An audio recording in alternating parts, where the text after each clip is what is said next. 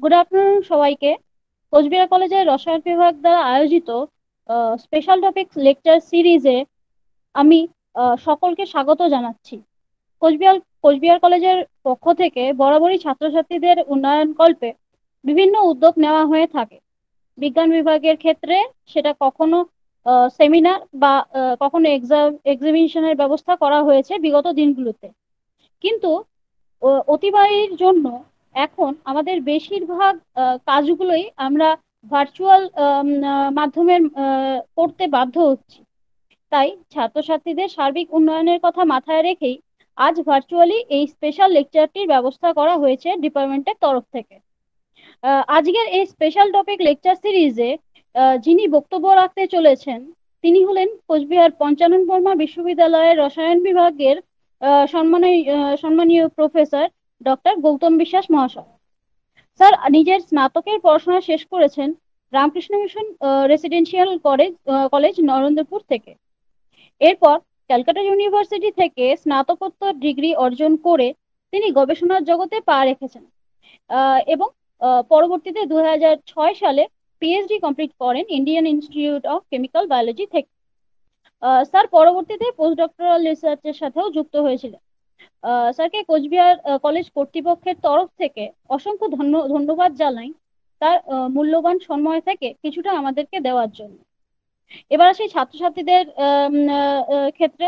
ছাত্রছাত্রীদের প্রত্যেকের কাছে আমি আশা করব যে তারা মনোযোগ দিয়ে আজকের এই লেকচারটি শুনবে এবং তাদের যে কোনো প্রশ্ন তাদের মনে থাকলে তারা নির্দ্বিধায় সেটা স্যারের কাছে জিজ্ঞেস করবে এবং তারা নিজেদেরকে সমৃদ্ধ করবে।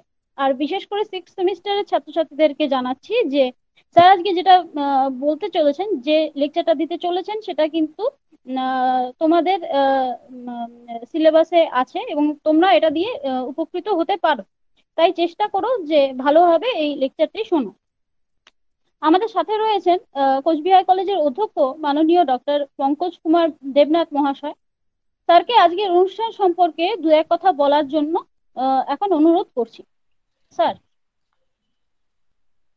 সবাইকে শুভ সকাল। আজকে আমরা রসায়ন বিভাগের দ্বারা আয়োজিত আরেকটি স্পেশাল লেকচারের জন্য যে আয়োজিত যে অনুষ্ঠান, সেই অনুষ্ঠানে আমরা উপস্থিত হয়েছি। প্রথমেই আমার তরফ থেকে এবং কলেজের সবার তরফ থেকে আজকের এই বিশেষ যে বক্তব্যের যে অনুষ্ঠান, তাতে যিনি অংশগ্রহণ করছেন, যিনি বক্তা আজকে, ডক্টর গৌতম বিশ্বাস,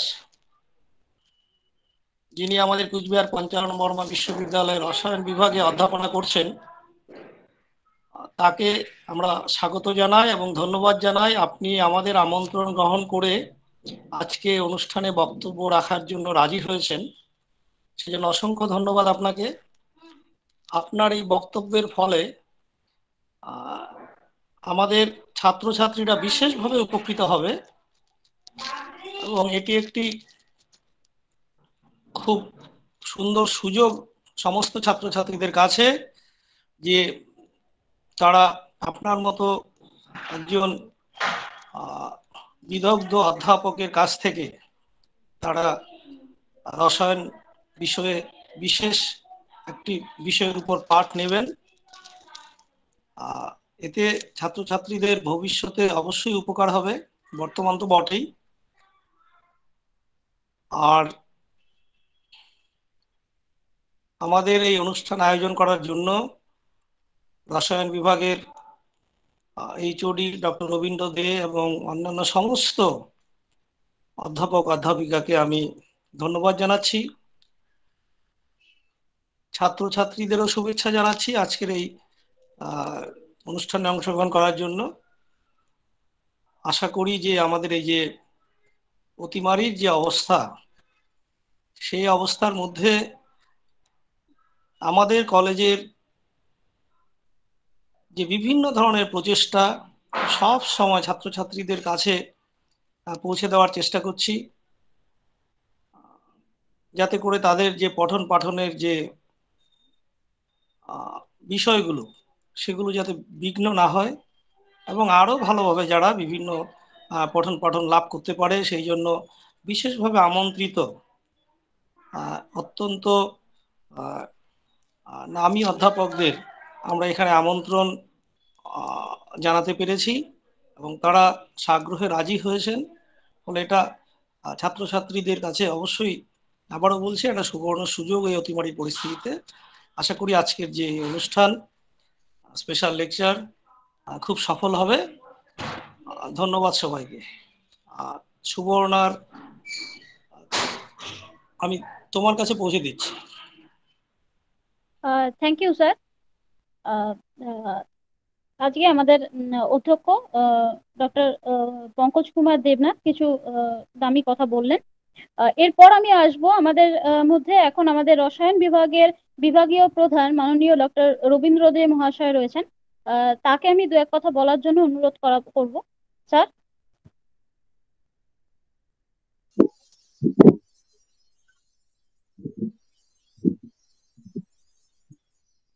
ধন্যবাদ সুবর্ণা। আজকের এই স্পেশাল লেকচার অনুষ্ঠানের যে আয়োজন, সেখানে উপস্থিত আছেন আমাদের কলেজের অধ্যক্ষ মহাশয় ডক্টর পঙ্কজ কুমার দেবনাথ। তিনি তার অত্যন্ত ব্যস্ততার মধ্যেও আমরা সবসময় ওনাকে পাশে পাই।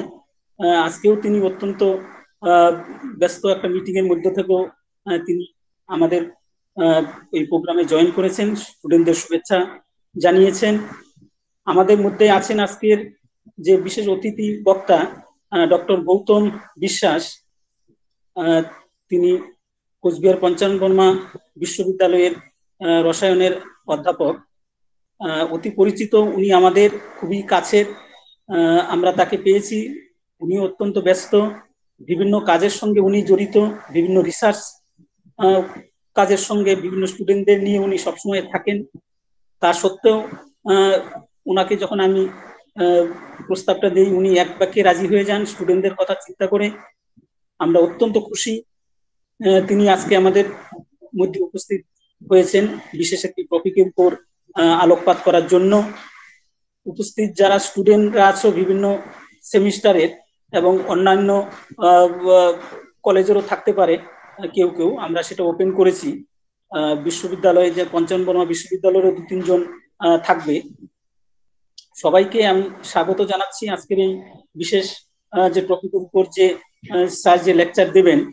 অত্যন্ত একটা গুরুত্বপূর্ণ টপিক, যেটা এনএমআর এর উপর অত্যন্ত বিভিন্ন কাজ এবং বিভিন্ন তার প্র্যাকটিক্যাল দিক আছে।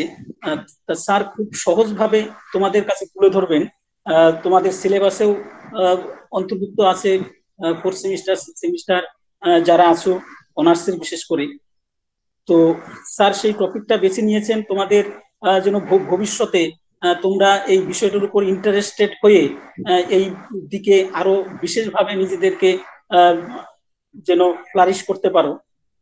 তো সবাইকে আমি বলবো তোমরা মনোযোগ দিয়ে এই টপিক শুনবে এবং স্যারের সঙ্গে ইন্টারাকশনে থাকবে।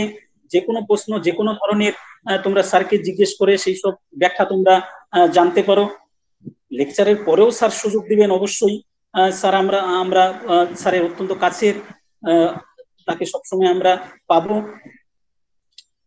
এই যে প্যান্ডেমিক সিচুয়েশনে এই ধরনের যে অনলাইন প্ল্যাটফর্মের যে বিশেষ লেকচারের যে আয়োজন, এটা আমাদের কলেজের অধ্যক্ষ মহাশয় আমাদের সুযোগ করে দিয়েছেন। তোমাদেরকে এটা বিশেষভাবে সুযোগ স্যার করে দিয়েছেন যেন এই প্যান্ডেমিক সিচুয়েশনে তোমরা তোমাদের আত্মবিশ্বাস অনেক বাড়িয়ে তুলতে পারো। তোমরা যেন কখনোই হীনমন্যতায় বা কোনো ফ্রাস্ট্রেশন তোমাদের মধ্যে না আসে। তোমরা যেন বিভিন্ন পড়াশোনার মধ্যে নিজেদেরকে মানে ইনগেজ রাখতে পারো। তো সুতরাং এটা একটা বিরাট সুযোগ। বিভিন্ন সময়ে আমাদের বিভিন্ন ডিপার্টমেন্টে এই ধরনের কর্মকাণ্ড চলছে, যেটা আমি বলবো যে এটা একটা ইউনিক মানে ব্যবস্থাপনা আমাদের কলেজের। তো স্যারকে প্রিন্সিপাল স্যারকে অসংখ্য ধন্যবাদ এই জন্য যে তিনি এই ধরনের যে উদ্যোগ এবং আমাদেরকে যেভাবে উনি প্রতি মুহূর্তে এনকারেজ করেন এই ধরনের প্রোগ্রাম আয়োজনের জন্য, বা বিভিন্ন ছাত্রের সঙ্গে কন্ট্যাক্ট করা, বিভিন্ন ওয়েবিনার পরিচালনা করা ইত্যাদি। তো সেটা একটা বিশাল দিক আমাদের কাছে, আমাদের নিজেদেরও সমৃদ্ধ করার এই সুযোগগুলো উনি করে দেন। তো যাই হোক, আমরা এই স্পেশাল লেকচারের মধ্যে থাকবো। স্টুডেন্টরা যাদের আছো তোমরা সবাই একদম মিউট করে রাখবে, শুনবে, এবং যখন কোনো তোমাদের বলার থাকবে, স্যারের সঙ্গে ইন্টারেক্ট করার প্রয়োজন হবে, তোমরা আনমিউট করে এক এক করে তোমরা সেই কোশ্চেন গুলো স্যারের সঙ্গে করবে, এবং এইভাবেই ইন্টারাকশনের মধ্য দিয়ে এই প্রোগ্রাম, এই লেকচার এগিয়ে যাবে। সবাইকে আবার শুভেচ্ছা, এবং আমি গৌতম স্যারকে আমি ধন্যবাদ এবং কৃতজ্ঞতা প্রকাশ করছি, তিনি তার সময়ে, মূল্যবান সময় ব্যয় করে আমাদের সঙ্গে থাকার জন্য। আর আমাদের কলেজের ডিপার্টমেন্টের যারা অধ্যাপক অধ্যাপিকারা আছেন তারাও একইভাবে আমাদের সঙ্গে থাকছেন, এবং এই ধরনের প্রোগ্রামে সবসময় তারাও একদম অতি উৎসাহের সঙ্গে তারা এই ধরনের প্রোগ্রামগুলো অ্যারেঞ্জমেন্ট করে, নিজেরাই ফ্লায়ার তৈরি করা ইত্যাদি একদম আনন্দের সঙ্গে খুব মনোযোগ দিয়ে তারা এই ধরনের প্রোগ্রামগুলোর সঙ্গে নিজেদেরকে জড়িয়ে রাখে। তাদেরকেও অসংখ্য ধন্যবাদ। তো আমি আর বেশি কথা বাড়াবো না, আমি সুবর্ণার কাছে দিচ্ছি স্যারকে ইনভাইট করার জন্য। স্যার তার স্পেশাল লেকচার শুরু করুন। থ্যাংক ইউ সবাই। ধন্যবাদ স্যার। এবার আমি আর বেশি সময় ব্যয় না করে আমাদের আজকের যে রিসোর্স পার্সন ডক্টর গৌতম বিশ্বাস মহাশয়, ওনাকে অনুরোধ করব যে উনি যেন ওনার প্রেজেন্টেশনটি আজকে আমাদের সাথে শেয়ার করেন। স্যার, আপনার কাছে যাচ্ছি। প্রথমে ধন্যবাদ মাননীয় principal sir doctor Pankaj Debnath মহাশয়কে এইখানে আমাকে ইনভাইট করার জন্য এবং এখানে একটা স্পেশাল সেমিনার দেওয়ার জন্য। বেসিক্যালি আমিও খুবই গর্বিত যে যে কুচবিহার কলেজ আর কি এইখানে এই অতিমারির মধ্যেও আর কি এরকম ভাবে একটা প্রেজেন্ট মানে ছাত্রদের কথা ভেবে স্পেশাল ক্লাসের মানে ব্যবস্থাপনা করে। এবং এছাড়াও আমি ধন্যবাদ জানাই কেমিস্ট্রি ডিপার্টমেন্টের হেড রবিন, ডক্টর রবিন দে মহাশয়কেও আমাকে ইনভাইট করার জন্য, এবং এছাড়াও স্নেহাশিস, ডক্টর স্নেহাশিস ভক্ত ওনাকেও, এবং এছাড়াও অরিঘ্ন কে এবং সুবর্ণা এবং সবাইকে বিভাগীয় যে এরাও আর কি আমাদের সঙ্গে নানান বিষয়ে আর কি জড়িত এই ইউনিভার্সিটির কাজে, এবং ডিফারেন্ট সময় অনেক রকম কাজেও এদের সঙ্গে কথা হয়। তো যাই হোক, আশা করি আমি আজকে যে স্পেশাল লেকচারটা রেখেছি আর কি সেটা হচ্ছে এই 1H NMR স্পেকট্রোস্কোপি। আসলে আমি রেখেছি এই কারণে যে তো আমরা যারা অর্গানিক কেমিস্ট্রি যারা পড়ি আর কি, আমরা যে ধরনের মলিকিউলই বানাই, এবং এখনকার দিনে সবাই কিছু কিছু ওষুধের নামও আর কি এখন পরিচিত হয়েছে। তো সেই ওষুধ যাই বানাই না কেন সেটা হয়েছে কি হয়নি বা তৈরি হয়েছে কি হয়নি সেটা জানার বা কনফার্ম হওয়ার জন্য একটা জিনিস যেটা সবার ক্ষেত্রে দরকার এবং এটা হচ্ছে ম্যান্ডেটারি, সেটা হচ্ছে এই 1H NMR স্পেকট্রোস্কোপি। তো এইটা হচ্ছে একদম পুরো বেসিক জিনিস অর্গানিক কেমিস্ট্রি। যখনই কোনো নতুন অর্গানিক মলিকিউল যখনই তৈরি হয় তখন প্রথম যে কাজটা অর্গানিক কেমিস্ট্রি যেটা করে থাকে সেটা হচ্ছে যে তার একটা এই 1H NMR স্পেকট্রোস্কোপি করে। কারণ কিছু কিছু রয়েছে সেগুলো আমি পরে আসছি, বাট সেটাই হচ্ছে আজকের মূল টপিক। তো আমি সেটা দিয়ে শুরু করছি। তো ধন্যবাদ স্যার, ধন্যবাদ মাননীয় প্রিন্সিপাল স্যার, ধন্যবাদ head of the department Robin বাবু। জানিয়ে আমি শুরু করছি। আমি ক্যামেরাটা বন্ধ করে দিচ্ছি এই কারণে যে মেবি ডিস্ট্রাকশন হতে পারে। তো শুরু করে আমি এবার শুরু করছি। আশা করি সবার কাছে এটা আমার গলা শুনতে পাচ্ছে সবাই, রাইট? হ্যাঁ স্যার। আচ্ছা, ওকে। তো আমি কিছুটা ইংলিশে হয়তো মাঝে মাঝে বেরিয়ে পড়তে পারে আর কি, কেননা আমার বাংলায় অতটা মানে যদিও আমি বাঙালি, কিন্তু তবুও আর কি বাংলায় অতটা সব বিষয়ে অতটা আর কি জ্ঞান নেই বা ভাষার দখল নেই। কিছু কিছু ইংলিশ সেই জন্য বেরিয়ে পড়তে পারে। যদি কারোর কিছু যদি অসুবিধা যদি থাকে তাহলে জিজ্ঞেস করতেই পারে। তো যে কোনো সময়। তো যাই হোক, তো 1H NMR স্পেকট্রোস্কোপি দিয়ে আমি শুরু করছি। তার কারণ হচ্ছে, যেটা আগেও বললাম, আমরা যখনই অর্গানিক কেমিস্ট্রি মানে অর্গানিক কেমিস্ট্রি নিয়ে যারা পড়ে আর কি, তারা এই পরীক্ষাতেও আমরা ক্লাস 11-12 থেকে দেখে এসেছি যে তখন আসতো যেটা সিনথেসাইজ, মানে একটা কোশ্চেন আসতোই আর কি, synthesise this molecule to this molecule, তো বা transform this molecule to this molecule. তো এই রকম একটা কোশ্চেন আমরা 11-12 থেকেই আর কি আমাদের সামনে পেতে শুরু করেছি। এবং তখন যেহেতু ওই মলিকিউলগুলো যেহেতু একদম পুরো বেসিক মলিকিউল ছিল, তো সেই ক্ষেত্রে বা অনেকে হয়তো বিএসসিতেও হয়তো এই অতিমারির আগে মানে প্যান্ডেমিকের আগেও হয়তো অনেকে ল্যাবে কিছু অর্গানিক প্র্যাকটিক্যাল করেছে। সেখানে নতুন কোনো কম্পাউন্ড সিনথেসিস করলে আমরা জেনারেলি যেটা করতাম সেটা হচ্ছে যে একটা মেল্টিং পয়েন্ট দেখে নিতাম, বা হয়তো সিএইচএন মানে ওই যে কার্বন হাইড্রোজেন একটা ওই যে ল্যাসেন টেস্ট করে নিতাম, বা ফাংশনাল গ্রুপ টেস্ট করে নিয়ে কম্পাউন্ডের মধ্যে কি কি রয়েছে না রয়েছে সেগুলো আর কি বার করতাম। কিন্তু এইগুলো হচ্ছে যদি নোন মলিকিউল যদি থাকে।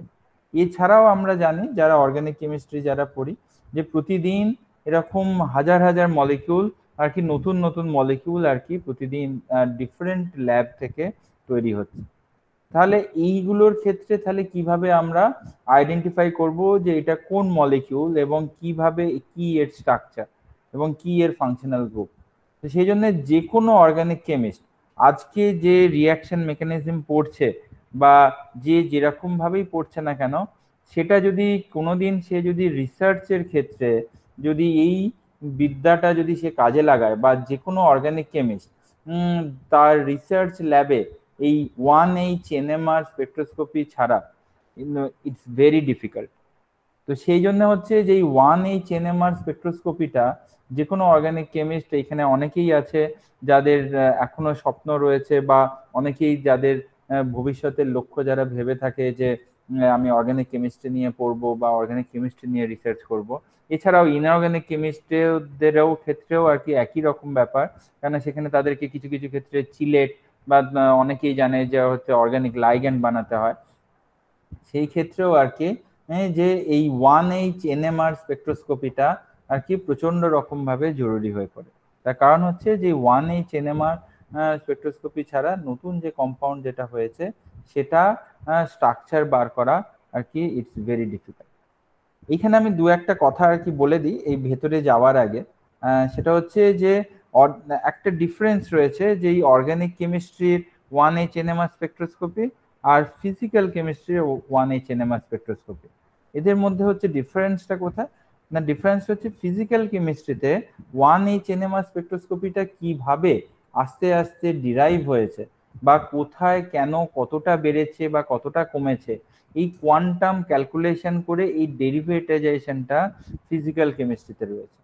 আর আমরা অর্গানিক কেমিস্ট্রিটা করি কি না, সেখান থেকে ওই পিকগুলো বা ওই গ্রাফগুলো দেখে জাস্ট বলে দিই যে এইখানে এই ফাংশনাল গ্রুপটা রয়েছে বা এই স্ট্রাকচারটা এই এই পিকগুলো রয়েছে, মানে এই স্ট্রাকচারটা এখানে থাকতে পারে। মানে হচ্ছে অনেকটা ডাক্তারদের মতো, মানে হচ্ছে যে ডাক্তাররা যাই করুক না কেন, they only know the technology, কিন্তু এই টেকনোলজির পেছনে যে রিয়েল সায়েন্স যেটা রয়েছে সেটা কিন্তু ডাক্তাররা জানে না।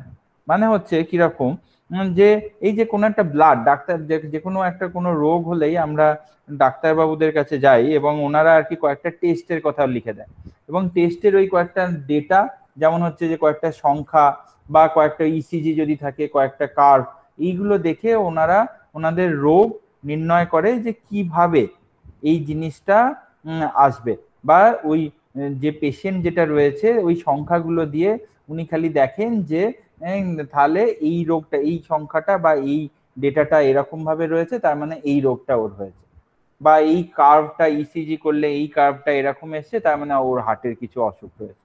কিন্তু কেন ইসিজিতে এরকম ভাবে কার্ভগুলো দিচ্ছে, বা রক্তের নমুনায় কেন এইখানে কম প্ল্যাটলেটস দিচ্ছে বা কিভাবে কি কি রিয়েজেন্ট মেশালে কম প্ল্যাটলেটস আসছে, এবং তার সায়েন্টিফিক কারণগুলো হয়তো সবার কাছে ওরকম ভাবে পরিষ্কার না। কিন্তু উনি জানেন যে এই ফিগারগুলো থাকলে এবং এই পিকগুলো থাকলে এই জিনিসটা বা এই রোগটা হতে পারে। তো আমরা অর্গানিক কেমিস্টরাও কিন্তু ঠিক একই রকম 1H NMR এ মোস্টলি যেটা আমরা দেখি আর কি, যে কোন কোন পিকগুলো থাকলে এবং কোন কোন কোথায় কোথায় থাকলে, কোন কোন ভ্যালুতে থাকলে এবং কিরকম ভাবে থাকলে হচ্ছে যে এই কম্পাউন্ডগুলো থাকতে পারে। তো আমি এইখানে আজকে মোস্টলি এবং এই জিনিসগুলো খালি জানলেই আমাদের অর্গানিক কেমিস্টদের ক্ষেত্রে এটা আর কি খুব সহজ হয়ে যায়। তার কারণ হচ্ছে যে এই 1H NMR কেউ যদি আজকে যদি ফার্মাসিউটিক্যাল কোম্পানিতেও যদি ভবিষ্যতে যদি চাকরির কথা যদি ভাবে আর কি, যেমন কেমবায়োটেক রয়েছে বা অন্যান্য রাজ্যতেও আর কি আরো অন্যান্য ফার্মাসিউটিক্যাল কোম্পানি রয়েছে, হায়দ্রাবাদে প্রচুর রয়েছে, এই যে কি বেশ বলে সিনজেন রয়েছে, এইগুলো বড় বড় কোম্পানি, রেড্ডিজ রয়েছে, ডক্টর রেড্ডিজ রয়েছে, ল্যাব রয়েছে হায়দ্রাবাদে, সিনজেন রয়েছে ব্যাঙ্গালোরে, এরকম বহু কোম্পানি রয়েছে। সেখানে যেখানেই যাক না কেন অর্গানিক কেমিস্ট্রি কাজ সেখানে যদি করে আর কি কেউ, তো তাকে 1H NMR-টা জানতে হবে। এবং 1H NMR এর কোন জিনিসগুলো জানতে হবে? খালি পিক গুলো জানতে হবে, তাদের ক্যারেক্টারটা জানতে হবে এবং কিভাবে তারা এসছে সেই জিনিসটা জানতে হবে। এখানে আরো শুরু হওয়ার আগে আমি কিছু জিনিস এখানে বলে দিই। যেমন হচ্ছে যে আমি মানুষটা বা তোমরা এই জিনিসটা এরকম রয়েছে, তোমরা বাড়িতে যখন থাকো এক এক রকম এনভায়রনমেন্ট, বাড়িতে একরকম এনভায়রনমেন্ট। তোমরাই যখন বিকালবেলা হয়তো এই তোরসার পারে যদি যাও আর কি, তো সেখানে একরকম জামা প্যান্ট পরে যাবে। এবং তোমরাই যদি আবার বিকালবেলা যদি কারোর যদি বিয়ে বাড়ি যদি থাকে আর কি, বা কোথাও যদি নেমন্তন্ন বাড়ি যদি থাকে, তাহলে আর এক রকম জামা কাপড় পরে যাবে। তো তাহলে কি হচ্ছে, এই এনভায়রনমেন্টের ওপর, মানে জিনিসটা হচ্ছে মানুষটা একই থাকে, এনভায়রনমেন্টের ওপর তাহলে কি হচ্ছে না, তাদের জামা কাপড় বা এই পঠন পাঠন এইগুলো আর কি পুরোটা আর কি চেঞ্জ হয়ে যাচ্ছে। ওই 1H NMR এর ক্ষেত্রেও হচ্ছে একই ব্যাপার। এটার মধ্যে যেটা মেন যেটা থাকে সেটা হচ্ছে এই 1H, এই হাইড্রোজেন নিউক্লিয়াসটা থাকে। সুতরাং এটা তো চেঞ্জ হওয়ার কথা না, কিন্তু আমরা এখানে সেটাই দেখবো, এই 1H মানে নিউক্লিয়াসটা এটার আশপাশের পারিপার্শ্বিক এনভায়রনমেন্টের ওপর এইটার এই স্পিন গুলো চেঞ্জ হয় এবং যার জন্য এর ক্যারেক্টার গুলোও চেঞ্জ হয়। আমরা খালি যদি ওই ক্যারেক্টার গুলো যদি জেনে নিই, তাহলেই আমরা বুঝতে পারবো কি যে কোথায় রয়েছে। মানে ধরো আজকে কাউকে যদি তুমি হঠাৎ করে কেউ যদি একটা ছবি যদি লাগায় আর কি এই ফেসবুকে বা হোয়াটসঅ্যাপে, যে একটা সুন্দর সেজে গুজে পাঞ্জাবি টাঞ্জাবি পরে জ্যাকেট পরে এরকম ভাবে একটা স্টেটাসে যদি কেউ যদি ছবি লাগায়, তাহলে কেউ হয়তো নিশ্চয়ই তার বন্ধুরা বলবে কিরে কোন বিয়ে বাড়িতে যাচ্ছিস। বা কেউ হয়তো এমনি একটা গেঞ্জি পরে বা একটা সাইকেল নিয়ে একটা যদি স্টেটাসে যদি দেখায়, তাহলে কেউ আজকে হয়তো বলবে যে কি আজকে তাহলে গেছিলিস, বিকালবেলা কোথাও বেরিয়েছিলিস। তো তার মানে কি হচ্ছে যে ওই ছবিটা দেখেই, তার মানে জামা কাপড় এবং ছবিটা দেখেই কেউ তাহলে বুঝতে পারবে যে কিভাবে সে কোথায় যাচ্ছে এবং কি তার স্টেটাস। এই 1H NMR এর ক্ষেত্রেও ঠিক তাই একই রকম। আমরা যদি জেনে রাখি যে কোন পিকটা কখন আসে এবং কোন ভ্যালুতে আসে, তাহলেই আমরা বুঝতে পারবো যে কোন কম্পাউন্ডটা কোথায় কি রয়েছে না রয়েছে। এইটা হচ্ছে জাস্ট মানে মেন ব্যাপারটা হচ্ছে, শুরু হওয়ার আগে মেন ব্যাপারটা হচ্ছে এরকম ভাবে সিম্পলি আর কি আমরা বোঝাতে পারি। তো the problem that we want to solve by NMR, এইটা অবভিয়াসলি যে কোনোই আর কি একটা যে কেউ হতে পারে। তো আমরা যখন কম্পাউন্ড গুলো ল্যাব কোড পড়েছে অবভিয়াসলি, যে কম্পাউন্ড গুলো যখন ল্যাবে যখন বানাই, আমরা কম্পাউন্ড গুলো লাল নীল হলুদ সবুজ ডিফারেন্ট ডিফারেন্ট কালারেই পেতে পারি, বা এমনি অনেক সময় উইদাউট কালারও পেতে পারি। কিন্তু আমরা সেখান থেকে যেটা বুঝতে যেটা পারি না সেটা হচ্ছে স্ট্রাকচার, এক্সাক্ট স্ট্রাকচারটা কি, যদি একদম যদি নতুন কোনো কম্পাউন্ড হয়। তো এনএমআর আমাদের যেটা দেখাবে আর কি, সেটা হচ্ছে অবভিয়াসলি এই নতুন স্ট্রাকচার গুলো বার করতে সুবিধা হবে। এবং এই স্ট্রাকচার গুলো যখন একত্রিত যখন করা হবে, সেখান থেকে আমরা যেটা পাবো যে এটাই আমাদের প্রোটিন, মানে যদি এটা অর্গান মানে যদি ওষুধ যদি হয় আর কি, তাহলে এইটা এখানে গিয়ে কোথায় গিয়ে অ্যাটাক করবে বা কিরকম ভাবে লাগবে না লাগবে। ইনফ্যাক্ট এখনকার দিনে আমরা প্রোটিনেরও অনেক সময় আর কি এনএমআর আমরা বার করতে পারি।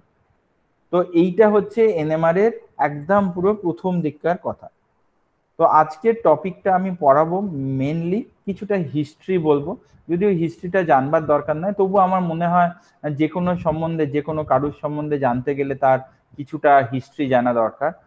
কিছুটা এনএমআর স্পেকট্রোস্কোপি নিয়ে বলবো, যে কিভাবে আসছে, কিভাবে এই এনভায়রনমেন্ট গুলো চেঞ্জ হচ্ছে, সেগুলো নিয়ে কিছুটা বলবো। বেশি মানে ডিটেলসে যাব না, কারণ অবভিয়াসলি ডিটেলসে মনে হয় তোমাদের হয়ে গেছে। আর যারা নতুন সেমিস্টার, মানে যারা সেকেন্ড সেমিস্টার বা ফোর্থ সেমিস্টার, তাদের হয়তো এখনো হয়তো হয়নি, তারা হয়তো শিখবে। তো সেই জন্য কিছুটা তাদের জন্য আমি এখানে কিছুটা কিছুটা বলবো। তবে এই যে জিনিসগুলো যেগুলো বলবো সেকেন্ড এইখানে, তো সেইখানে হচ্ছে যে মোস্টলি আর কি ফিজিক্যাল কেমিস্ট্রি রিলেটেড থাকবে, যে কেন কোথায় আসছে না আসছে, সেখানে কয়েকটা জিনিস আমাদের মূল মন্ত্র খালি জেনে নিতে হবে, সেগুলো জানবো। তারপরে হচ্ছে কিছু প্র্যাকটিস প্রবলেম, কিছু আমি ইন্টারঅ্যাক্টিভ ওয়েতে কিছু প্র্যাকটিস প্রবলেম করব, যাতে তোমরা যারা অন্যদিকে যারা রয়েছো বুঝতে পারি যে কিছু কিছু বুঝতে পেরেছো না পেরেছো আজকের লেকচারের শেষে। আর লাস্টে এই অ্যাপ্লিকেশন কোথায় কোথায় এনএমআর এর অ্যাপ্লিকেশন হয় সেগুলো দেখবো, এবং লাস্টে অবভিয়াসলি সামারি। তো এই হচ্ছে আজকের টপিকটা। তো প্রথমে হচ্ছে হিস্ট্রি। তো হিস্ট্রি অফ এনএমআর এটা আর কি একদম 1924-এ আর কি শুরু হয়েছিল, যখন ওই পাউলি's এক্সক্লুশন প্রিন্সিপাল যখন হয়েছিল। তো তখন পাউলি দেখিয়েছিলেন যে presence of nuclear magnetic moment to explain the hyperfine structure in atomic spectral lines. তো আমরা এগুলো জানি আর কি, রাইট? মানে ওই 11-12-এ বা বিএসসির প্রথম দিকের এগুলো ইয়ে করেছিলাম, যে প্রথমে একটা সিঙ্গেল লাইন ছিল, তারপর সেটাকে পরে স্প্লিট করে দেখেছে, পাউলি দেখেছে যে সেখানেও হাইপার স্প্লিটিং রয়েছে। তো এই হাইপার স্প্লিটিং গুলো হয়েছে যেগুলো, সেগুলো হচ্ছে ওই magnetic moment of the nucleus. তো সেইটা হচ্ছে প্রথম বেরোনোর যে নিউক্লিয়াসেরও একটা ম্যাগনেটিক মোমেন্ট রয়েছে, মানে একটা হাফ স্পিন আর একটা হচ্ছে মাইনাস হাফ স্পিন, তো এগুলো রয়েছে। তো 1924, in 1930 a nuclear magnetic moment was detected using refined Star-Garnlach experiment by Esterman। তো 1930-তে তার 6 বছর বাদে এই ম্যাগনেটিক মোমেন্টটা প্রুভ হয়েছে, যে হ্যাঁ ম্যাগনেটিক মোমেন্ট ছিল, এই হাইপার ফাইন স্ট্রাকচারটা ছিল, তারপরে এইটা যে নিউক্লিয়ার ম্যাগনেটিক মোমেন্টের জন্য সেটা প্রুভ হয়েছিল। In 1939 Rabi first detected the unclear magnetic resonance phenomena by applying the resonance frequency energy। তো এইখানে যে ওই যে একটা রেজোনেন্স ফ্রিকোয়েন্সি দিয়ে হাইড্রোজেন মলিকিউলের ক্ষেত্রে এই রেজোনেন্স ম্যাগনেটিক রেজোনেন্স ফেনোমেনাটা প্রথম আর কি শুরু করে 1939। তো এইগুলো হচ্ছে একদম প্রথম দিককার কাজ, মানে তখন এই এত ইন্টারনেট ছিল না, এত টেকনোলজিও এগোয়নি, কিন্তু তখন জাস্ট ওই মিয়ার ক্যালকুলেশন করে, এবং তখনকার যে সব ইনস্ট্রুমেন্ট গুলো ছিল সেগুলো জাস্ট বেসিক প্রিলিমিনারি ইউজ করে তখন এই সব জিনিসগুলো তখন 1939 হয়। ইন 1946 পুরসেল আর ব্লস দুজনে আলাদা আলাদা ইউনিভার্সিটি ছিল। দেখো, একজন হচ্ছে হার্ভার্ড ইউনিভার্সিটি, নিশ্চয়ই সবাই নাম শুনেছে, এবং আর একজন হচ্ছে স্ট্যানফোর্ড ইউনিভার্সিটি। দুটোই ইউএস এর, এবং দুটো হচ্ছে দু প্রান্তে। তো দে রিপোর্টেড নিউক্লিয়ার রেজোনেন্স অ্যাবজর্পশন। পুরসেল যেটা দেখিয়েছিলেন ইন প্যারাফিন ওয়াক্সের দেখিয়েছিলেন, আর ব্লস দেখিয়েছিলেন হচ্ছে ইন লিকুইড ওয়াটার। এবং তারা জানতেন না যে দুজনেই আর কি একই কাজ করছেন, এবং দুজনের পেপারই পাবলিশ হয়েছিল in 1946 in 2 different journal at the same ইয়ার, এবং দে ওয়ার্ক ইন্ডিপেন্ডেন্টলি, মানে তারা আলাদা আলাদা ভাবে কাজ করেছে। In 1949 chemical shift phenomena was observed. আমার মনে হয় যে অনেকেই এখন বুঝতে পারবে না যে কেমিক্যাল শিফটটা কি, পরে আস্তে আস্তে আসছে। যারা যারা জানে তারা জানে নিশ্চয়ই যে কেমিক্যাল শিফট হচ্ছে যে এই যে পিক গুলো কোথায় কোথায় আসবে না আসবে, এর নিচে একটা ভ্যালু দেয়া রয়েছে, সেই ভ্যালুর রেসপেক্টে কোথায় কোথায় পিক গুলো আসছে না আসছে, সেই অনুযায়ী হচ্ছে কেমিক্যাল শিফট। তো কেমিক্যাল শিফটটা 1949-এ প্রথম বেরোয়। In 1952 Nobel prize in physics was awarded to Purcell and Bloch. তো 1946-এ এই প্রথম এনএমআর স্পেকট্রোস্কোপি গুলো বেরিয়েছিল, and in 1952 they both got the Nobel prize because they work independently. তারা আলাদা আলাদা ভাবে কাজ করেছিল, এবং দুজনের কাজই একটা দিগন্ত দেখিয়েছিল, সেই জন্য দে got the Nobel Prize in Physics. আমি এইটা আজকে এইগুলো এক্সপ্লেন করছি কেমিস্ট্রির এতে স্পেশাল লেকচারে, but they were in physicist. তো এইটা নিশ্চয়ই সবাই জানো যে আমাদের প্রথম দিকের কেমিস্ট্রি যেগুলো হয়েছিল mostly are contributed either by physicist or by mathematician. তো সেই হিসেবে in 1966 Ernst and Anderson first introduced the Fourier transfer technique. এই ফুরিয়ার ট্রান্সফর্ম টেকনিকটা কিছুই নয়, এইটা হচ্ছে যে এই যে আস্তে আস্তে মানে অটোমেটেড যে এই এনএমআর পিক তৈরি হওয়া বা ওই যে সিগন্যাল গুলোকে কিভাবে যে প্রসেস করা, এইগুলোকে ক্যালকুলেশন করে এইগুলো তখন আস্তে আস্তে বেরোতে শুরু হলো। তার কারণ হচ্ছে তখন আস্তে আস্তে এনএমআর ইনস্ট্রুমেন্টও তখন আস্তে আস্তে বার করা শুরু হলো। In late 1960s solid state NMR was revived due to the effort of Waugh and associates at MIT. Biological applications became possible. আস্তে আস্তে এনএমআরটা বায়োলজিক্যাল অ্যাপ্লিকেশনস এর দিকে চলে গেল, যেটা বললাম আর কি। তখন আস্তে আস্তে ওই অ্যামিনো অ্যাসিডস এর, ডিএনএ, এইগুলো সব স্ট্রাকচার গুলো আস্তে আস্তে এনএমআর এর থ্রু দিয়ে এক্সপ্লেন করার চেষ্টা হচ্ছিল। NMR imaging was demonstrated in 1970। 2D NMR আমরা জেনারেলি বা এখন তোমরা যেগুলো পড়েছো বা আজকে জেনারেলি যেটা পড়াবো সেটা হচ্ছে 1 ডাইমেনশনাল এনএমআর। সেটা হচ্ছে যে এই সব পিকগুলোর একটাই ডিমেনশন থাকবে যেটা, কিন্তু 2D এনএমআর এ কি হবে, দুটো ডাইমেনশন মানে দুটো অ্যাক্সিসে দু রকম ভ্যালু থাকবে। একটায় ধরো 1H থাকবে আর একটায় ধরো 13C থাকবে, বা আর একটায় ধরো 1H থাকবে আর একটায় 1H থাকবে। সেগুলো কিভাবে কি হবে না হবে সেগুলো যদিও পরবর্তীকালে তোমরা হয়তো মানে পিজি যখন করবে তখন হয়তো জানবে, কিন্তু আপাতত তোমাদের যেগুলো শেখানো হয় আর কি সেগুলো হচ্ছে 1 ডাইমেনশনাল এনএমআর। তো 2D NMR was introduced in 1980s. Macromolecular structure determination in solution by NMR was achieved. In 1991 Nobel Prize in Chemistry was awarded to Richard Ernst. In 1990s continuing development and multidimensional NMR permit was given. তো হচ্ছে যেটা, আর তারপরে এখন নিশ্চয়ই এই NMR সম্বন্ধে সবাই, আমি 100% শিওর এইখানে যারা যারা রয়েছে আর কি সবাই এনএমআর সম্বন্ধে কিছু না কিছু জানে বা কিছু না কিছু শুনেছে। আজকের টপিকের জন্য নয়, তার কারণ হচ্ছে সবাই আমি জানি যে এমআরআই ব্যাপারটা সম্বন্ধে ওয়াকিবহাল, রাইট? তাই তো। তার কারণ হচ্ছে যে এই এমআরআইটা হচ্ছে যে ম্যাগনেটিক রেজোনেন্স ইমেজিং, যেটা এই কোনো পেশেন্টের করা হয়। সিটি স্ক্যানটাও আর এমআরআইটা একই প্রায় জিনিস, কিন্তু সিটি স্ক্যানটা হচ্ছে এক্স রে দিয়ে করা হয় আর এমআরআইটা হচ্ছে এই ম্যাগনেটিক রেজোনেন্স। তো এই সেখানে হয় যেটা এমআরআই এর ক্ষেত্রে একই রকম আমাদের বডির খালি এনএমআর করা হয়, ম্যাগনেটিক রেজোনেন্সের ক্ষেত্রে একই জিনিস, খালি আমাদের বডির এনএমআর করা হয়। আর এই ক্ষেত্রে হচ্ছে কম্পাউন্ডের ক্ষেত্রে হচ্ছে ওই মলিকিউলটার খালি করা হয়। এবার তো কেউ ভাবতেই পারে যে স্যার তাহলে মানে আমরাই তো তাহলে এই কম্পাউন্ডের এনএমআর গুলো তো আমরা এই এমআরআই মেশিনে ঢুকিয়ে দিলেই হয়তো হয়ে যাবে। It's not that possible, because MRI যে এই আমাদের বডির বা এমআরআই মেশিন যেগুলো থাকে তার ম্যাগনেটিক স্ট্রেংথ অনেক কম থাকে, এবং সেখানে ওই ছোট মলিকিউলের পিক পাওয়া এবং সেখান থেকে সিগন্যাল পাওয়া ইজ ভেরি ডিফিকাল্ট। তো সেই জন্য হচ্ছে it requires a very strong magnet and which is only can be supported or provided by the NMR machines. তো যাই হোক, in 1990s এ এইগুলো রয়েছে। So NMR is a versatile tool and it has applications in wide varieties of subjects in addition to its chemical and biomedical applications, যেটা প্রথমে বললাম, including material and quantum computing. তো এইটা হচ্ছে জাস্ট এই নামগুলো দিয়ে দিয়ে আর কি এনএমআর হিস্ট্রিটা রয়েছে। এটা হচ্ছে Overhauser effect, NOE nuclear Overhauser effect, এটা এমএসসি তে রয়েছে এইগুলো। এই Ernest Anderson Fourier transform NMR করেছিল।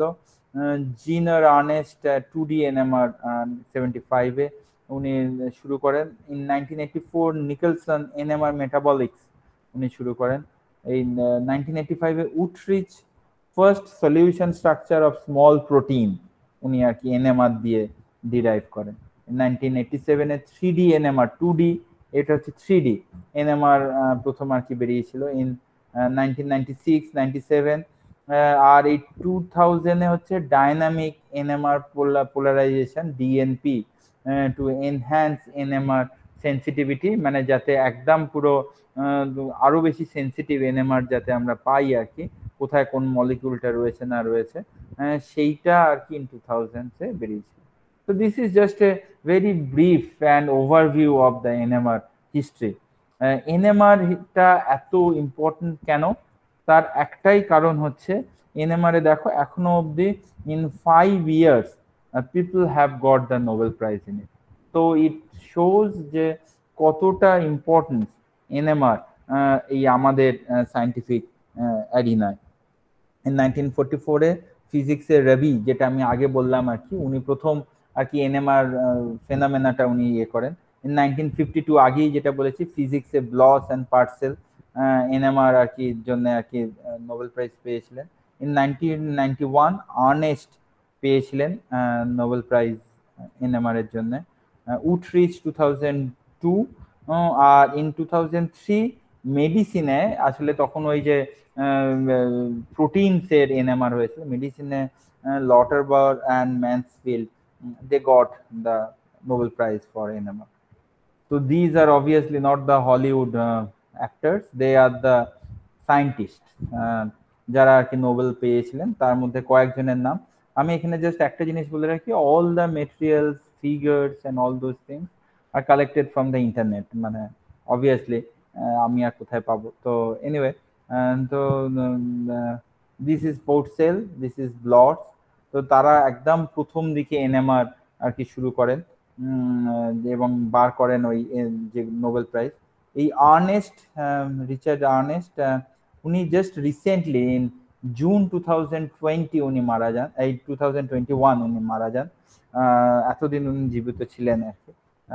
উটরিচ বাট এখনো স্টিল হি ইজ অ্যালাইভ। তো these are the Nobel laureates of the NMR.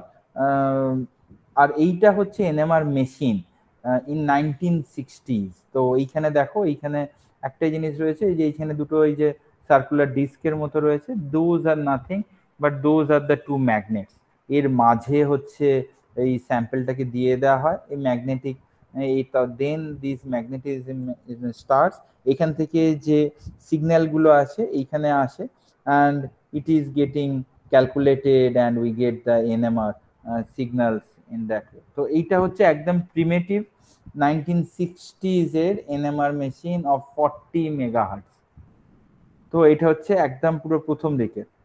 তারপরে যেটা বলছিলাম আর কি, ব্লস আর পুটসেল, যে NMR গুলো যেগুলো বার যেটা মানে যেটা বার করেন আর কি, সেটা হচ্ছে যে ব্লস বার করেন কিসের NMR, ওয়াটারের, রাইট।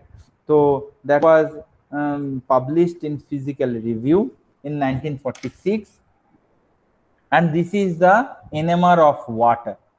এবার কেউ এখানে প্রশ্ন করতেই পারে যারা যারা NMR রয়েছে যে স্যার এইখানের মধ্যে ওয়াটারের সিগন্যাল কোথায়, এ কোথায়, কিন্তু তখনকার দিনের এই FID বা এই কেমিক্যাল শিফট কনসেপ্টটা কিন্তু অনেক পরে এসেছিল।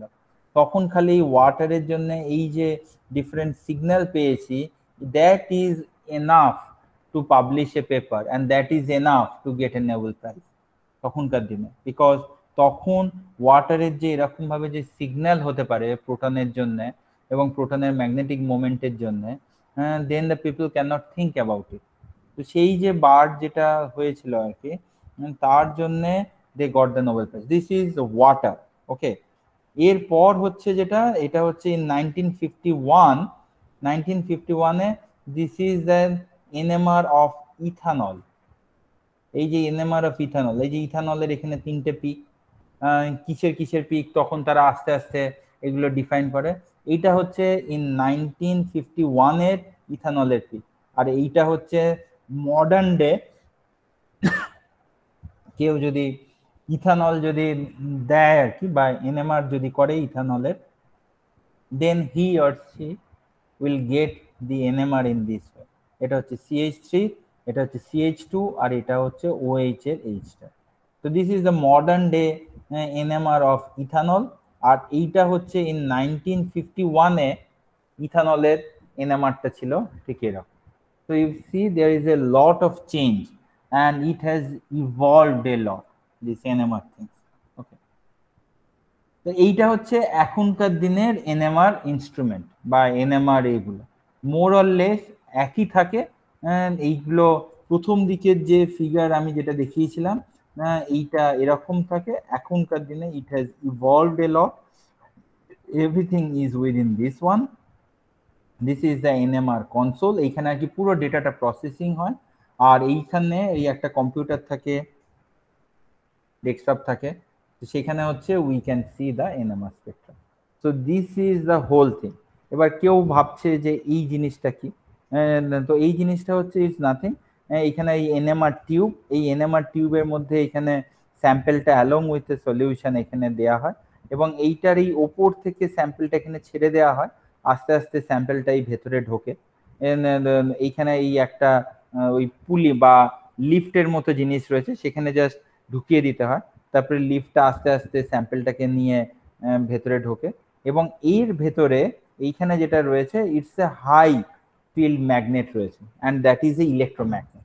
এবং এই ইলেকট্রোম্যাগনেটটা basically will help to get the NMR signal. যত স্ট্রং ইলেকট্রোম্যাগনেট হবে তত better it will be we will get the signal. তো এইখানে তাহলে কেউ ভাবতেই পারে যে যদি বেটার যে ইলেকট্রোম্যাগনেট, যত স্ট্রং ইলেকট্রোম্যাগনেট হবে তত বেটার আমি যদি পাই আর কি, তাহলে দ্য বেস্ট অপশন হচ্ছে যে সব থেকে স্ট্রংগেস্টটা নিয়ে করে নেওয়া। কিন্তু ব্যাপারটা হচ্ছে সিন্স ইট ইজ ইলেকট্রোম্যাগনেট এবং ভেতরে যেহেতু একটা ম্যাগনেটিজম থাকে, এবার সবাই নিশ্চয়ই জানে যে যত ম্যাগনেটিজমটা কোথায়, মানে কোন টেম্পারেচারে সব থেকে ভালো ম্যাগনেটিজম হবে, if it is absolute zero is achieved there. যদি অ্যাবসলিউট জিরো যদি হয়ে যায় বা অ্যাবসলিউট জিরোর কাছাকাছি যদি থাকে, যেখানে আর কি মলিকিউলস গুলো একবার যদি একদিকে যদি ঘুরিয়ে দেওয়া হয়, তার মলিকুলার মোশন যেখানে একদম যেখানে জিরো হয়ে যায়। আমরা সবাই জানি যে অ্যাবসলিউট জিরো হচ্ছে এমন একটা টেম্পারেচার যেখানে ধরে নেওয়া যায় যে যদি সেটা যদি অ্যাচিভ করা যায়, তো সেখানে মলিকুলার মোশন, ইন্ডিভিজুয়াল প্রোটনস বা ইলেকট্রনস, এদের সব মোশন গুলো সব আর কি will become stand still, it will have a no motion in there. তো সেগুলো ফিজিক্স দিয়ে নিশ্চয়ই আর কি বা ফিজিক্যাল কেমিস্ট্রিতে নিশ্চয়ই আর কি প্রুভ হয়েছে বা ইয়ে হয়েছে। তো সেইটার কাছাকাছি যত নিয়ে যাওয়া যাবে তত হচ্ছে যে we can get the absolute magnet বা সব থেকে স্ট্রং ম্যাগনেট। তো সেটা রাখবার জন্য তাহলে কি করতে হবে, তাহলে আমরা এমনিতে ইয়ে করে দেখেছি যে হিলিয়াম, লিকুইড হিলিয়ামেরই টেম্পারেচার ইজ অলমোস্ট -220 বা 240 এরকমই, এরই কাছাকাছি কিছু একটা হবে। এর চেয়ে তলায় আর মনে হয় লিকুইড বা ইয়ে সেরকম ভাবে পাওয়া যায় না। তো liquid helium we can use it in here. তো এইখানে জেনারেলি যেটা থাকে আর কি যে কোনো ম্যাগনেটিক এতে, সেটা হচ্ছে লিকুইড হিলিয়াম গ্যাস থাকে। বাট আমরা সবাই জানি যে লিকুইড হিলিয়ামের abundance in atmosphere is very less, 0.004 বা 0.04% অফ দ্য টোটাল এয়ার। তো তাহলে এই এত কম পার্সেন্টেজের হিলিয়ামকে আমি যদি সেপারেট করতে হয়, তাহলে obviously it will B much costly, liquid helium. তাহলে এই কস্টলি জিনিসটাকে আমি যদি রেখে দিই এরকম ভাবে, সো দেয়ারফর ইট ক্যান মানে it can be there in that cell for how many times, means for maybe for 6 months, 7 months or 8 months or maybe a year। এর থেকে বেশি তো থাকতে পারবে না, যে আমি যতই যেরকম ভাবে কন্টেনার করি না কেন। আর আমি তো এখানে একদম পুরো ব্লক বা ক্লোজড কন্টেনার করতে পারবো না, তার কারণ হচ্ছে যে লিকুইড হিলিয়ামটা কিছুটা গ্যাস হয়ে যাবে, যেই গ্যাস হবে এর একটা প্রেসার বাড়বে, তো অবভিয়াসলি এটা একদম ক্লোজড কন্টেনার করা যাবে না। তো তাহলে কি হবে না, এই লিকুইড হিলিয়ামটাকে ওই টেম্পারেচারটা মেনটেন করার জন্য আর একটা আর কি কোল্ড জ্যাকেট ইউজ করা হয়, এবং সেই কোল্ড জ্যাকেটটা জেনারেলি করা হয় উইথ লিকুইড নাইট্রোজেন। তার কারণ হচ্ছে লিকুইড নাইট্রোজেনের ওই -160 বা 180 কাছাকাছি কিছু একটা টেম্পারেচার থাকে। তো ওই লিকুইড নাইট্রোজেনটা লিকুইড হিলিয়ামের বাইরে থাকে, এবং লিকুইড নাইট্রোজেনটা আমরা কন্টিনিউয়াসলি চেঞ্জ করতে থাকি। তার কারণ নাইট্রোজেন আমরা জানি যে অ্যাটমসফিয়ারে প্রচুর রয়েছে, and liquid nitrogen is very chip and easily available. তো লিকুইড নাইট্রোজেন দিয়ে বাইরে একটা কোটিং করে দেওয়া হয়, এবং ভেতরে লিকুইড হিলিয়ামটা থাকে এবং সেই লিকুইড হিলিয়াম দিয়ে আমরা ম্যাগনেটিজমটা করি। তো এইটা হচ্ছে just more or less the history of this things. আর এটা হচ্ছে recent days in 800 megahertz instrument. সেখানে দেখতেই পাচ্ছি যে দেখা যাচ্ছে যে how big this NMR instrument is. It's a huge NMR instrument and that has been installed in there.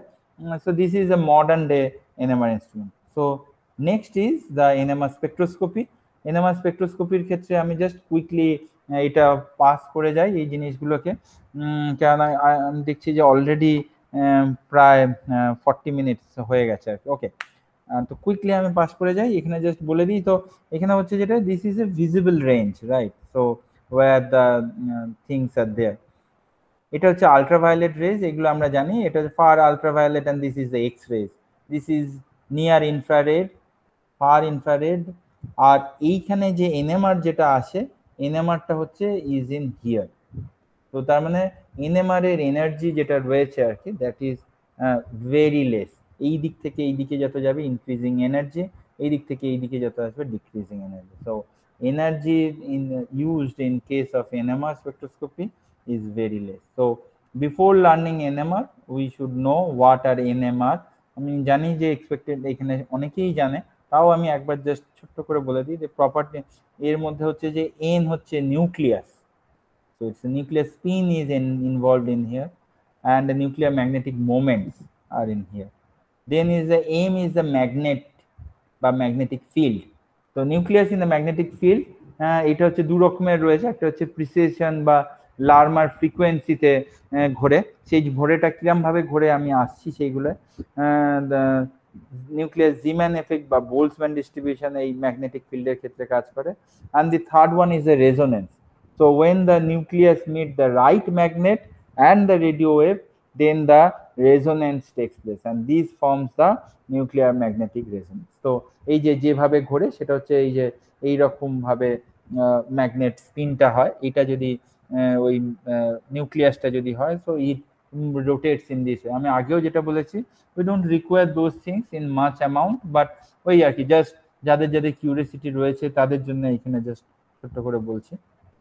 আরেকটা জিনিস যেটা হয়তো যা কেউ কেউ জানে এখানে, বা যারা জানে না বা ভবিষ্যতে পড়বে যারা NMR নিয়ে, তাদের ক্ষেত্রে হচ্ছে যেটা NMR এর ক্ষেত্রে কোন আর all the nucleus are active. আমরা তো খালি 1H-টা পড়ছি, আর বাকি তো এত কটা এলিমেন্টস রয়েছে, সবার নিউক্লিয়াসগুলো কি অ্যাক্টিভ হবে? The answer is no. তার কারণ হচ্ছে যে নিউক্লিয়াসে, যাদের নিউক্লিয়াসে even number of neutrons and even number of protons রয়েছে, দুটোই ইভেন, তাদের ক্ষেত্রে দে আর ইনঅ্যাক্টিভ। যাদের ক্ষেত্রে আইদার নিউট্রনস অর প্রোটনস, যাদের ক্ষেত্রে হচ্ছে যে অড রয়েছে বা দুটোই অড রয়েছে, তারাই একমাত্র হচ্ছে যে অ্যাক্টিভ NMR সিগন্যাল দেবে। ঠিক আছে, এবার প্রশ্ন আসতেই পারে অনেকের যে why hydrogen spectra, why not the helium spectra, বা হিলিয়ামটা যে আমি যদি ছেড়েই দিই, হাইড্রোজেন, হিলিয়াম, লিথিয়াম, লিথিয়ামটারও তো তাহলে রয়েছে, তাহলে লিথিয়াম স্পেকট্রাটাই বা কেন পাবো না?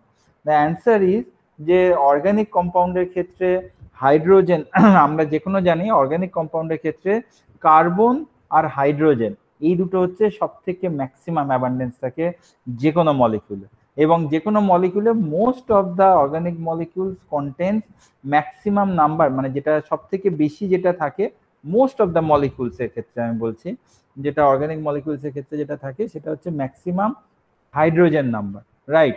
তো হাইড্রোজেন যেটা বেশি থাকবে আর কি। তো এবং হচ্ছে যেটা হাইড্রোজেনের ক্ষেত্রে তাহলে কোন নিউক্লিয়াসটা হাইড্রোজেনের অ্যাক্টিভ, তো এখানে যেটা আর কি দিয়ে দেওয়া রয়েছে হাইড্রোজেন 1H এর ক্ষেত্রে নিউট্রন কি 0, তো সেই ক্ষেত্রে অবভিয়াসলি তাহলে ইট ইজ অ্যাক্টিভ, যেহেতু আর কি একটাই প্রোটন রয়েছে। যেটা 2H এর ক্ষেত্রে তাহলে একটা প্রোটন একটা নিউট্রন, দুটোই odd number, hence 2H is also active.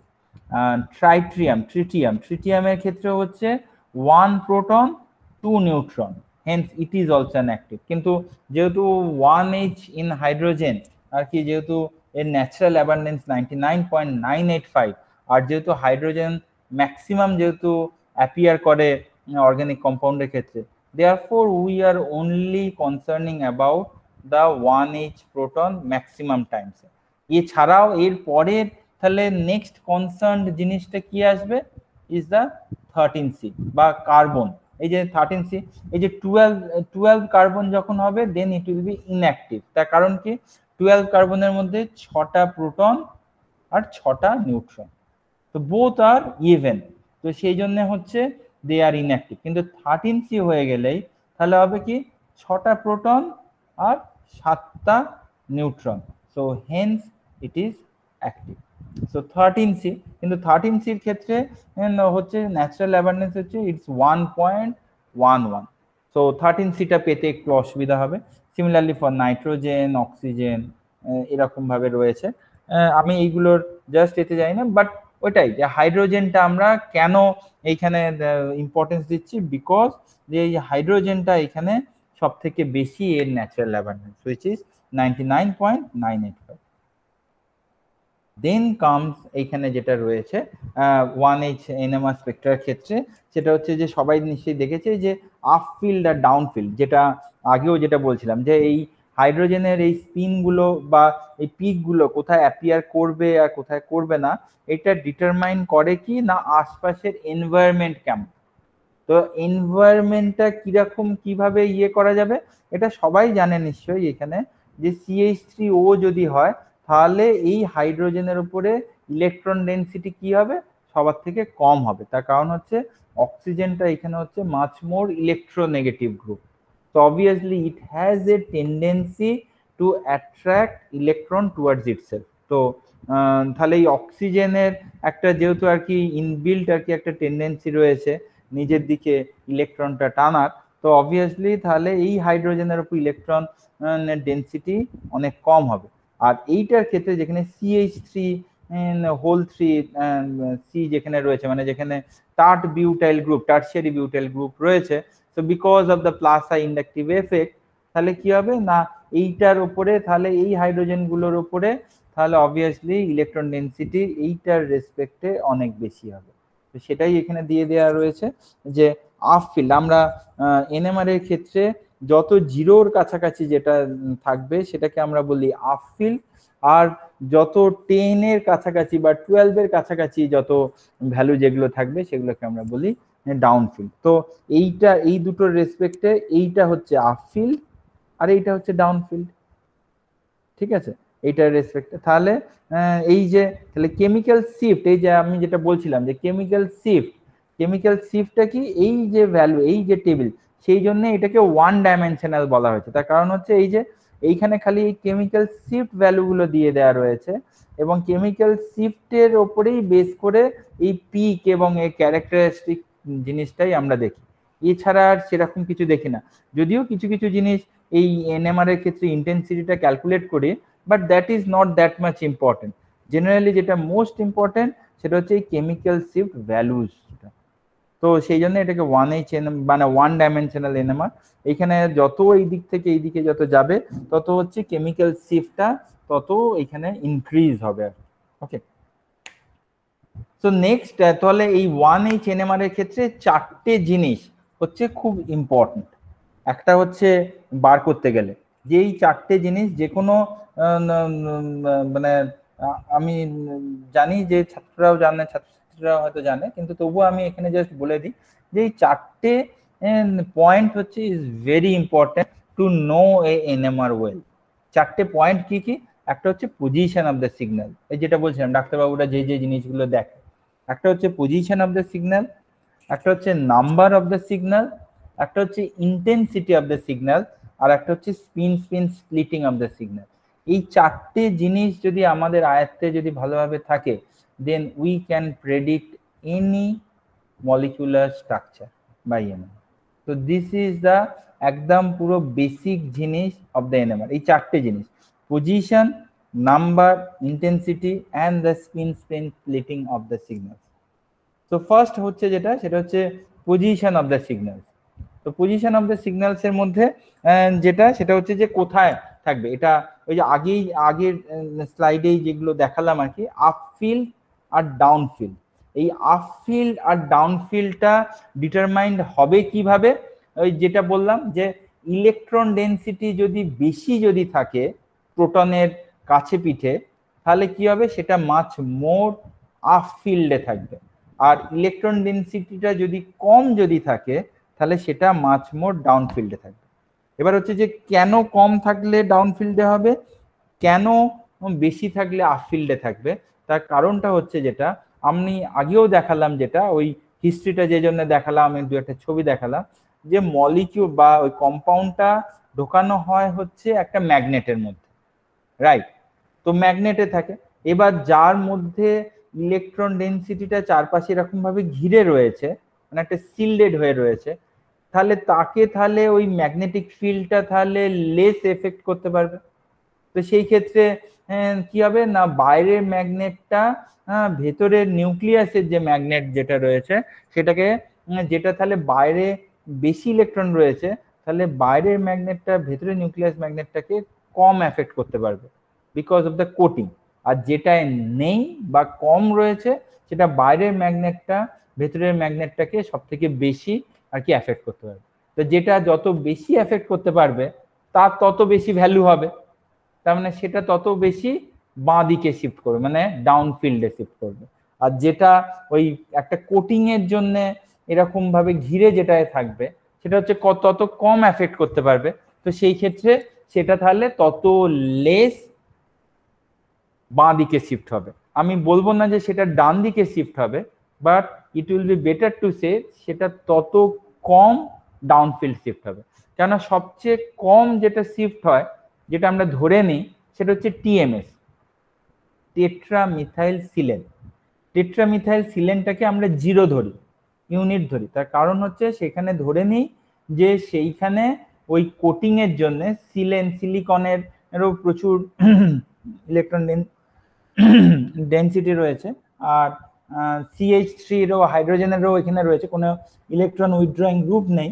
তো সেই জন্য এটার ক্ষেত্রে টিএমএস, টেট্রামিথাইল সিলেনের ক্ষেত্রে এটা সব থেকে কম থাকে, মানে সব থেকে বেশি কোটিং থাকে। তো সেই জন্য সেটাকে আমরা 0 ধরে নিই। এবার তার রেসপেক্টে যেগুলো যত কম, আস্তে আস্তে কম যত সিল্ডিং হতে থাকে আর কি, তত তার রেসপেক্টে বাঁ দিকে শিফট করে। যেটা একটু কম হয় তার ভ্যালু থাকে জেনারেলি 1 বা 2 কাছাকাছি, যেটা তার থেকে বেশি হয় সেটা 3 বা 4 কাছাকাছি, যেটা তার থেকে বেশি হয় সেটা 5 বা 6 কাছাকাছি, henceforth 7, 8, 9, 10 এক্সেট্রা এক্সেট্রা। তো এই হচ্ছে মেন জিনিসটা, এই যে মানে এই এটার ব্যাপার। তো এই যে সিল্ডিং অ্যান্ড কেমিক্যাল শিফট যেটা রয়েছে, এই সিল্ডিং এফেক্ট যেটা বললাম, খালি প্রোটনটা যদি থাকে আর কি, সেটা হচ্ছে লেফট হ্যান্ড সাইডে শিফট করবে। আর প্রোটন আর ইলেকট্রন যত বেশি থাকবে আর কি, তত ওইটা আর কি ডান দিকে শিফট করবে, মানে তত ওইটা লেস লেফট হ্যান্ড সাইডে শিফট হবে। যেমন হচ্ছে যে CH3Cl, মানে এটা হচ্ছে CH3Cl এর ক্ষেত্রে এখানে একটা ক্লোরিন থাকার জন্য, মানে আমরা যদি ইয়ে করি যে CH4 এর রেসপেক্টে CH3Cl, তো CH4 এর ক্ষেত্রে কোনো ইলেকট্রন উইথড্রয়িং গ্রুপ নেই, আর কিন্তু সেখানে যেই একটা CH3Cl আমি একটা যেহেতু ক্লোরিন দিয়ে দিলাম, এই ক্লোরিনের ইলেকট্রোনেগেটিভিটির জন্য তাহলে কি হচ্ছে, electron over the hydrogen is reduced there. তো সেই জন্য ওইটা তাহলে লেস ডিসিল্ডেড হচ্ছে, and hence it moves on the downfield. তো এটাই হচ্ছে এই সিল্ডিং আর ডিসিল্ডিং এর জন্য শিফটিং। তো টিপিক্যাল ভ্যালুজ যেটা এখান থেকে আর কি দেখা যাচ্ছে আর কি, সেটা হচ্ছে যে এই যে অ্যালকেনের ক্ষেত্রে 0.9, এটাই যখন এই যে সাবস্টিটুয়েন্ট, মানে এই হাইড্রোজেন গুলোকে আমি যখন বদলে দিচ্ছি, তার মানে অবভিয়াসলি এখানে কার্বন রয়েছে, এখানেও কার্বন রয়েছে, কার্বনের সঙ্গে নিশ্চয়ই অন্য কোনো ফাংশনাল গ্রুপ রয়েছে, তখনই আস্তে আস্তে ভ্যালুটা হচ্ছে তার মানে কি মাচ মোর ডিসিল্ডেড হচ্ছে, রাইট? তো ডিসিল্ডেড হওয়ার জন্য এখানে 1.3 হচ্ছে, তারপরে আরো হয়ে গেলে 1.4 হচ্ছে, আর সিমিলারলি হচ্ছে CH3 যদি থাকে এখানে কার্বনিল গ্রুপটা 2.1, অ্যাসিটিলিন থাকলে 2.5, এক্সেট্রা এক্সেট্রা, এই ভ্যালুগুলো রয়েছে। এগুলো যারা যারা NMR পড়েছে নিশ্চয়ই সবার জানা রয়েছে কম বেশি করে। তো এই জাস্ট সিম্পল জিনিস যেটা আর কি ইয়ে করলাম যে এই যে CH2 আর H এর জন্য এটা হচ্ছে 0.9 ppm, যেই এইখানে R2 হয়ে যাচ্ছে তখন 1.3 ppm, আর এই R3CH হয়ে গেলে 1.7 ppm. So increasing alkyl substitution, increasing chemical shift. তো সেটাই যেমন হচ্ছে যে এই যে RCH2H, এই H এর জায়গায় আমি যদি একটা OH করে দিই তাহলে একটা ইলেকট্রন উইথড্রয়িং গ্রুপ হয়ে যাচ্ছে, and hence there is a shift of protons. ওকে, এই একটা টেবিল রয়েছে, এটা নিশ্চয়ই আর কি সেলফ এক্সপ্লানেটরি, সবাই বুঝতে পারছে যে এখানে এটা হচ্ছে মিথেন, রাইট? মিথেনের ক্ষেত্রে এই যে মানে এনএমআরটা আসে হচ্ছে 0.23, সেখানে এই হাইড্রোজেন আমি যদি সবগুলোর থেকে CH3টাকে যদি কমন করে নিই তো তাহলে হচ্ছে যে হাইড্রোজেন, আয়োডিন হচ্ছে 2.7 ইলেকট্রোনেগেটিভিটির দিক থেকে, তো আয়োডিন হয়ে গেলে হয়ে যাচ্ছে 2.16, মানে এই তিনটে CH3 2.16। এই জায়গায় যদি ব্রোমিন হয়ে যায় ইলেকট্রোনেগেটিভিটি আরো বেড়ে যাচ্ছে 3.0, সেখানে তখন হয়ে যায় 2.68। এখানে যখন Cl হয়ে যাচ্ছে তখন 3.2, সেই জন্য তখন এটা 3.05। এই OH যখন হয়ে যাচ্ছে 3.4, এটা হচ্ছে 3.40, আর সিমিলারলি ফ্লুরাইড যখন হয়ে যাচ্ছে তখন এটা 4.26। সো অবভিয়াসলি এই ইলেকট্রোনেগেটিভিটি যত বাড়বে তত ডিসিল্ডিং বাড়বে, and hence the chemical shift towards the left hand side. তো এইটার জন্য আর একটা জিনিস এখানে আর কি জাস্ট এইখানে দেখাবার জন্য এই স্লাইডটা করেছি, সেটা হচ্ছে যে এই যে এটা হচ্ছে মিথেন, আগেও বলেছি আর কি, এটা 0.26 ছিল, এখানে একটা ক্লোরিন দিয়ে দিলে এটা হচ্ছে 0.3, আর একটা ক্লোরিন যদি দেওয়া হয়, মানে এইটার মলিকুলটা স্ট্রাকচার নিশ্চয়ই সবাই জানে আর কি, dichloromethane, it's an organic solvent. তো ডাইক্লোরোমিথেনের ক্ষেত্রে ইট ইজ 5.3, সো 2.8 2.3, রাইট? আবার যদি তিনটে ক্লোরিন যদি শিফট মানে চেঞ্জ হয়ে যায় তাহলে দেন ইট বিকেমস ক্লোরোফর্ম, রাইট? তো ক্লোরোফর্ম এই CHCl3 সেক্ষেত্রে 7.2।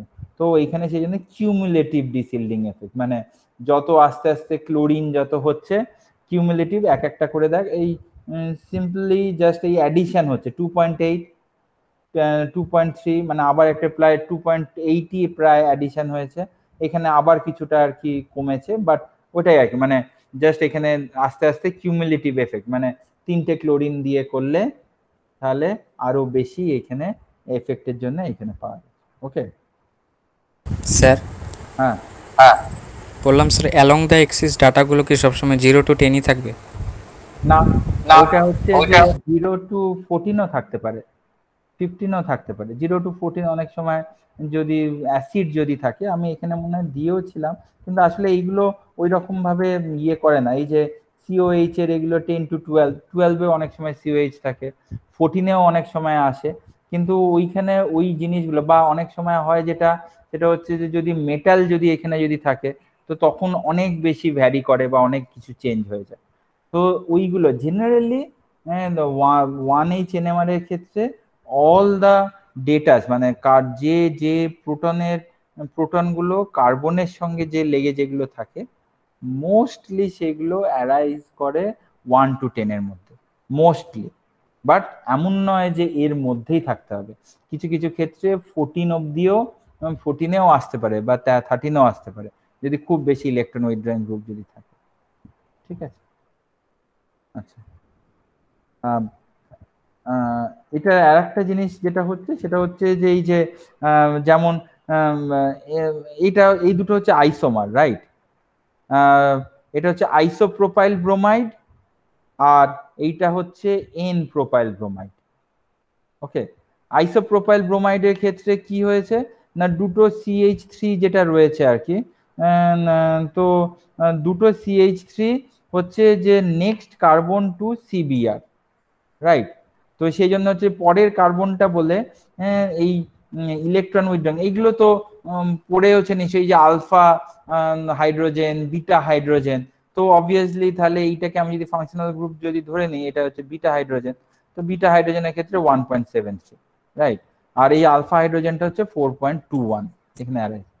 কিন্তু এইটাই যদি আমি যদি এন প্রোপাইল ব্রোমাইড যদি নিই তাহলে আলফা হাইড্রোজেনটা ইজ অলমোস্ট কম্পারেটিভ 4.21 3.39, বিটা হাইড্রোজেনটা হচ্ছে এই যে 1.73 1.8, কিন্তু এখানে গামা ছিল না।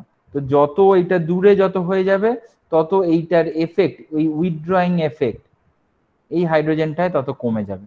তো hence we will get more upfield বা মোর শিল্ডেড পিকস। তো এইখানে সেই জন্য আসছে যেটা, সেটা হচ্ছে যে এই 1.03-তে আসছে, এটা হচ্ছে 1.88, আর এটা হচ্ছে 3.39।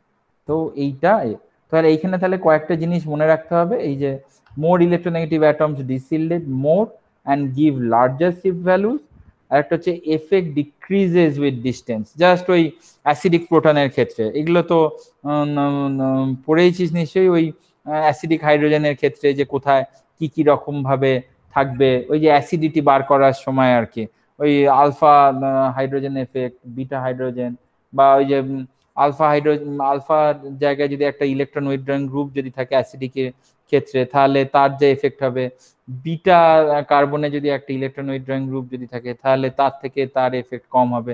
এগুলো তো রয়েছে নিশ্চয়ই বিএসসি প্রথমে পিটার সাইক্সের ওই অ্যাসিডিটি বেসিডিটি চ্যাপ্টারে। তো এই একই ব্যাপার, effects decreases with distance, additional electronegative atoms cause the increase in chemical shift.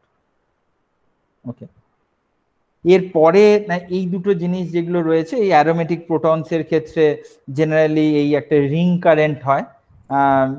এই রিং কারেন্টটা হয় তার কারণ হচ্ছে এই হাইড্রোজেনটা হচ্ছে সব থেকে বেশি ডিসিল্ডেড থাকে, তার কারণ হচ্ছে যে because of the aromatic things.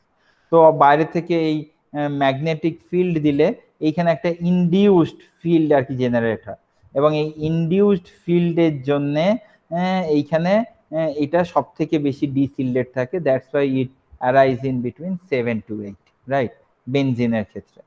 ভাইনাইল প্রোটনের ক্ষেত্রে যেটা কি অ্যালকিনস যখন হয় আর কি, একই রকম ভাবে এখানেও একটা ইনডিউসড কারেন্ট জেনারেট হয়, এবং যে জন্য এটা অতটা হয় না লাইক অ্যারোমেটিক, কিন্তু এখানেও হয়, সেই জন্য এখানে 5 to 6 এর মধ্যে এখানে একটা থাকে। কিন্তু এটাই যদি আমি অ্যাসিটিলিনিক প্রোটন যদি করি আর কি, তখন জিনিসটা হয় অন্য দিক থেকে। এইগুলো হচ্ছে এই ডবল বন্ডের থ্রু দিয়ে, মানে এই যে পাই ইলেকট্রনের থ্রু দিয়ে, আর এইটা হচ্ছে পাই ইলেকট্রনকে নিয়ে, মানে in the plane with pi electron. তো সেই জন্য এটা অতটা ডিসিল্ডিং জোনে এই হাইড্রোজেনটা থাকে না, কেননা এইগুলোর ক্ষেত্রে হচ্ছে যেটা থাকে, এই হাইড্রোজেনটা হচ্ছে এই ইনডিউসড ফিল্ডের মধ্যেই থাকে, যার জন্য এখানে ডিসিল্ডিংটা সব থেকে বেশি হয়। এটার ক্ষেত্রেও তাই, ইনডিউসড ফিল্ডের মধ্যেই থাকে, যার জন্য এখানে ডিসিল্ডিংটা সব থেকে বেশি হয়। কিন্তু এইটার ক্ষেত্রে এই হাইড্রোজেনটা কিন্তু ইনডিউসড ফিল্ডের মধ্যে নেই, তো যার জন্য এখানে ডিসিল্ডিংটা অত বেশি হয় না। তো যার জন্য এখানে ভ্যালুটা 2.5 এর কাছাকাছি থাকে, because of the presence of the sp hybridization in carbon. Generally এরকমই হওয়ার কথা, কিন্তু বাকিগুলোর ক্ষেত্রে তো অ্যালডিহাইডের ক্ষেত্রেও ঠিক একই ব্যাপার। অ্যালডিহাইডের ক্ষেত্রে অ্যালডিহাইডিক প্রোটনটাও যার জন্য ওই 10-11 কাছাকাছি আসে, ওই 11-12 কাছাকাছি অ্যালডিহাইডিক প্রোটনটাও আর কি ওই ডিসিল্ডিং এর জন্য আসে আর কি। তো এই যে হাইলি ডিসিল্ডেড এর ক্ষেত্রে, এই অ্যারোমেটিকের ক্ষেত্রে 6.5 to 8 এর মধ্যে, অ্যালকিনস এর ক্ষেত্রে 4.5 to 6, আর এই অ্যাসিটিলিনের জন্য 2.5। So this is common here. তো এইখান থেকে তাহলে একটা আইডিয়া আমরা পেতে পারি, এই যে অ্যাসিডের ক্ষেত্রে বা অ্যালডিহাইডের ক্ষেত্রে এই 9 থেকে 12-র মধ্যে থাকতে পারে, রাইট। অ্যারোমেটিক প্রোটনের ক্ষেত্রে 8 থেকে 6.5, বা 4.4.5 থেকে 6.5 এর মধ্যে অ্যালকিনস।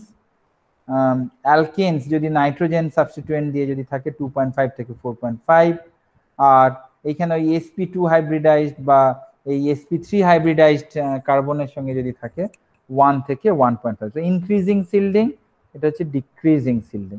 ওকে, এইটা হচ্ছে পজিশন। এরপর number of signals, number of signals বার করার ক্ষেত্রে একটাই জিনিস এখানে আমি বলতে চাই আর কি। তো সেটা হচ্ছে, আচ্ছা আমি আর 10 মিনিট পাবো তো, 10-15 মিনিট কি? আচ্ছা, তো নাম্বার অফ সিগন্যালস এর ক্ষেত্রে যদি থাকে আর কি, যে অনেক সময় হচ্ছে যে সিমেট্রি থাকে। তো তো সিমেট্রি যখন থাকবে আর কি, এই C3 সিমেট্রি, তখন সবগুলো ইকুইভ্যালেন্ট প্রোটনস হয়ে যায়। তো ইকুইভ্যালেন্ট প্রোটনসের জন্য এইখানে molecular symmetry helps chemical equivalence, এবং এই ইকুইভ্যালেন্সের জন্য we will get only one peak. তো সেইটা এখানে দিয়ে দেওয়া রয়েছে। যেমন হচ্ছে যে এই যে আমি, এটা হচ্ছে একটা সিম্পল একটা স্ট্রাকচার নিয়ে করি, এটা হচ্ছে বেনজিন, রাইট? তো বেনজিনের ক্ষেত্রে কি অ্যাক্সিস রয়েছে নিশ্চয়ই সবাই জানে আর কি, যে C6 অ্যাক্সিস অফ সিমেট্রি, মানে অল দ্য বেনজিনের ক্ষেত্রে আমি যেভাবেই টানি না কেন সব কটা হচ্ছে বেনজিনের ক্ষেত্রে হাইড্রোজেন গুলো হচ্ছে they are similar, there is no difference. খালি বেনজিন যদি নেই আর কি, they can not be separated, যে কোনটা কোন হাইড্রোজেন কিভাবে রয়েছে না রয়েছে। তো সেই ক্ষেত্রে তাহলে বেনজিনের ক্ষেত্রে তাহলে আমি কটা পিক পাবো প্রোটনের? একটাই। তার কারণ হচ্ছে বাকি সব হাইড্রোজেন গুলো দে আর সেম, তো ওই 6 জন মিলেই আর কি একটাই আর কি সেখানে দেবে। যেমন হচ্ছে যে যদি আমি এইটা হচ্ছে যে প্রোপেন, যদি দেখি, প্রোপেনের ক্ষেত্রে কি হচ্ছে, মাঝখান থেকে আমি যদি একটা স্ট্রাকচার মানে লাইন যদি টানি, তাহলে it can be, it has a plane of symmetry. এটার যেমন প্লেন অফ সিমেট্রি রয়েছে, এই কার্বনটারও আবার এইখানে সিমেট্রি রয়েছে। এই কার্বনের 3টা হাইড্রোজেন সেম, তার কারণ হচ্ছে যে 3টেই এরকম ভাবে ইয়েতে রয়েছে। সিমিলারলি এইটারও এরকম ভাবে 3টা হাইড্রোজেন সেম রয়েছে। তাহলে এই একটা গ্রুপ, আর মাঝের যেটা দুটো প্রোটন যেগুলো রয়েছে সেগুলো একটা। তার কারণ হচ্ছে যে মাঝের প্রোটনটা is not same with the terminal proton. তার কারণ হচ্ছে মাঝের প্রোটনটার কার্বনের সঙ্গে আবার পাশে আর একটা কার্বন রয়েছে, কিন্তু এইটার সঙ্গে এই পাশে আর কোনো কার্বন নেই, তাহলে দে আর ডিফারেন্ট, রাইট? তো সেই জন্যে HA অ্যান্ড HB। তো এটা হচ্ছে একটা আর কি নাম্বার অফ সিগন্যালস। এরপর হচ্ছে ইন্টেন্সিটি। ইন্টেন্সিটিটা এখনকার দিনে অতটা জানতে হয় না, কেননা NMR সিগন্যালই বলে দেয়। ইন্টেন্সিটি ব্যাপারটা কি আমি বলে দিই আর কি ছোট্ট করে। আমরা intensity is nothing but it's the area of the peak, area of the পিকটা বার করা। আমরা একটা কনিক, আমরা এই পিক গুলোকে যদি এক্সপ্যান্ড বা জুম যদি করি, all this pic will look like a triangle, near to triangle, not triangle but near to triangle আমি যদি বলে ধরি। তাহলে নিয়ার টু ট্রায়াঙ্গেল যদি হয়, তো ট্রায়াঙ্গেলের পিক আমরা কিভাবে মানে ইয়ে করি, সেটা হচ্ছে হাফ, মানে ট্রায়াঙ্গেলের এরিয়া আমরা কিভাবে বার করি, হাফ এরিয়া মানে sorry half base into height, base into হাইটের হাফ, মানে মাল্টিপ্লাই করলে যেটা হবে সেটা। তো এবার আমি যদি বেস, এবার এই পিক গুলোকে আমি যদি ধরে নিই সবই যদি একদম কাছাকাছি বা ইয়েতে, তাহলে কি হচ্ছে, তাহলে ওই হাইট গুলোই তাহলে কমন, তাহলে হাফটা তো একটা ডিজিট, সেটা হয়ে গেল। বেসটা যদি আমি ধরে নিই দে আর ইকুয়াল ইন শেপ আর কি, তাহলে বেসটাও তাহলে কমন হয়ে বেরিয়ে চলে গেল। তাহলে হাইটটা কম বেশির উপরে ডিপেন্ড করে এই জিনিসটা আমরা পাবো। তো এই পিকটা কখন আসবে না, পিকটা আসবে হচ্ছে সাপোজ এই যেটা বললাম বেনজিনের ক্ষেত্রে 6 জনের কন্ট্রিবিউশন মিলে একটা রয়েছে, তার মানে একটা পিকের হাইট 6টা প্রোটন ওইখানে তাহলে রয়েছে একটাই পিকে। কিন্তু বেনজিনের জায়গায় যদি অন্য কিছু যদি নেই, তাহলে ওখানে যেখানে আর কি ইকুইভ্যালেন্ট প্রোটন নেই, সেখানে তাহলে একটা পিকে তাহলে 6টা করে প্রোটন নাও থাকতে পারে। সেই ক্ষেত্রে কি হবে, একটা প্রোটন যদি থাকে তখন তাহলে কি হবে, হাইটটা তাহলে ছোট হবে। কিভাবে কি হচ্ছে না হচ্ছে আমি একটু পরে আসছি, যদি 5-6 মিনিট আর যদি পাই আর কি। তো but it appears in this way, okay. তো এই যেমন হচ্ছে যে সাপোজ এটা যদি একটা আননোন কম্পাউন্ড যদি দেয়া হয়, সাপোজ C9H10O2, যে কোনো একটা আননোন কম্পাউন্ড যদি দেয়া হয়, তাদের এই পিকটার এই হাইট গুলো বলে দেয় 54, 23 আর এইখানটা হচ্ছে যেটা 33। তা এইটার আমি যদি রেশিও যদি করি, রেশিও করব কিভাবে, 23 দিয়ে তাহলে ভাগ করব, তাহলে 23 দিয়ে 54 কে ভাগ করলে ইট বিকেমস 2.35, 23 কে 33 দিয়ে ডিভাইড করলে ইট গিভস 1.4, আর 23 কে 23 দিয়ে যদি ডিভাইড করি তো 1 হচ্ছে, তাহলে it gives me a ratio of 2.35, 1 আর 1.43। এবার এইখানে বলেই দিয়েছে কটা রয়েছে হাইড্রোজেন, 10টা। তাহলে এই রেশিওটাকে 10টা করব কিভাবে? তাহলে দেখ, এটা হচ্ছে যে জাস্ট সিম্পল ওয়েতে আমি যদি 2.35 কে আমি যদি ইকুইভ্যালেন্ট টু 2.5 ধরে নিই, সো ইট বিকেমস 2.5, 1, আর এটা হচ্ছে 1.5, তাই তো? তো এবার এইগুলোকে আমি যদি 2 দিয়ে যদি গুণ করি, তাহলে এইটা তাহলে কত হবে? 2, 2.5টা তাহলে কত হবে? 5, আর এটা 1.5টা 3। তার মানে তাহলে এই যে 3, 2, 5 আর 5, 10। তাহলে এইখানে এই যে 10টা প্রোটন এইভাবে মিলে গেছে। ক্লিয়ার? তার মানে এই পিকটা রিপ্রেজেন্ট করছে দুটো প্রোটনকে, এই পিকটা রিপ্রেজেন্ট করছে 3টে প্রোটনকে, আর এই পিকটা রিপ্রেজেন্ট করছে হচ্ছে 5টা প্রোটনকে। তো এইভাবে জিনিসটা আর কি আসবে। লাস্ট থিং হচ্ছে যেটা, সেটা হচ্ছে স্পিন স্প্লিটিং। এই স্পিন স্প্লিটিংটা বোঝার হচ্ছে সব থেকে সহজ উপায় হচ্ছে যেটা, সেটা হচ্ছে যে অনেকেই পাশের বাড়ি, এই যে অনেক সময় হয় যে পাশের বাড়িতে সকালবেলা উঠেই এমনি আমার হয়তো দিন চলছে, এই পাশের বাড়িতে উঠে পাশের বাড়ির দাদা সকালবেলা উঠে হয়তো ওনার বাড়িতে কিছু পড়েছে নিয়ে মানে হুলুস তুলুস শুরু করে দিলে যে আপনি এই ময়লাটা আমার বাড়িতে ফেলেছেন কেন, এই করেছেন কেন, ওই করেছেন কেন, এই নিয়ে আর কি তুমুল ঝগড়াঝাঁটি। তাহলে কি হবে, আজকে আমার সকালবেলা উঠে এই অফিস যাওয়া ছিল, বা হয়তো বাজার করা ছিল, বা এই দোকানে যাওয়া ছিল, সেখান থেকে কিছু জিনিস আনার ছিল, ওই ঝগড়া করতে করতে everything will be jumbled up, right? আমার আজকের গোটা রুটিনটা। তার মানে কি হচ্ছে, আজকে আমার দিনটা কেমন যাবে না যাবে, যতই আমি ভাবি না কেন যে it entirely depends on me, but actually it is not.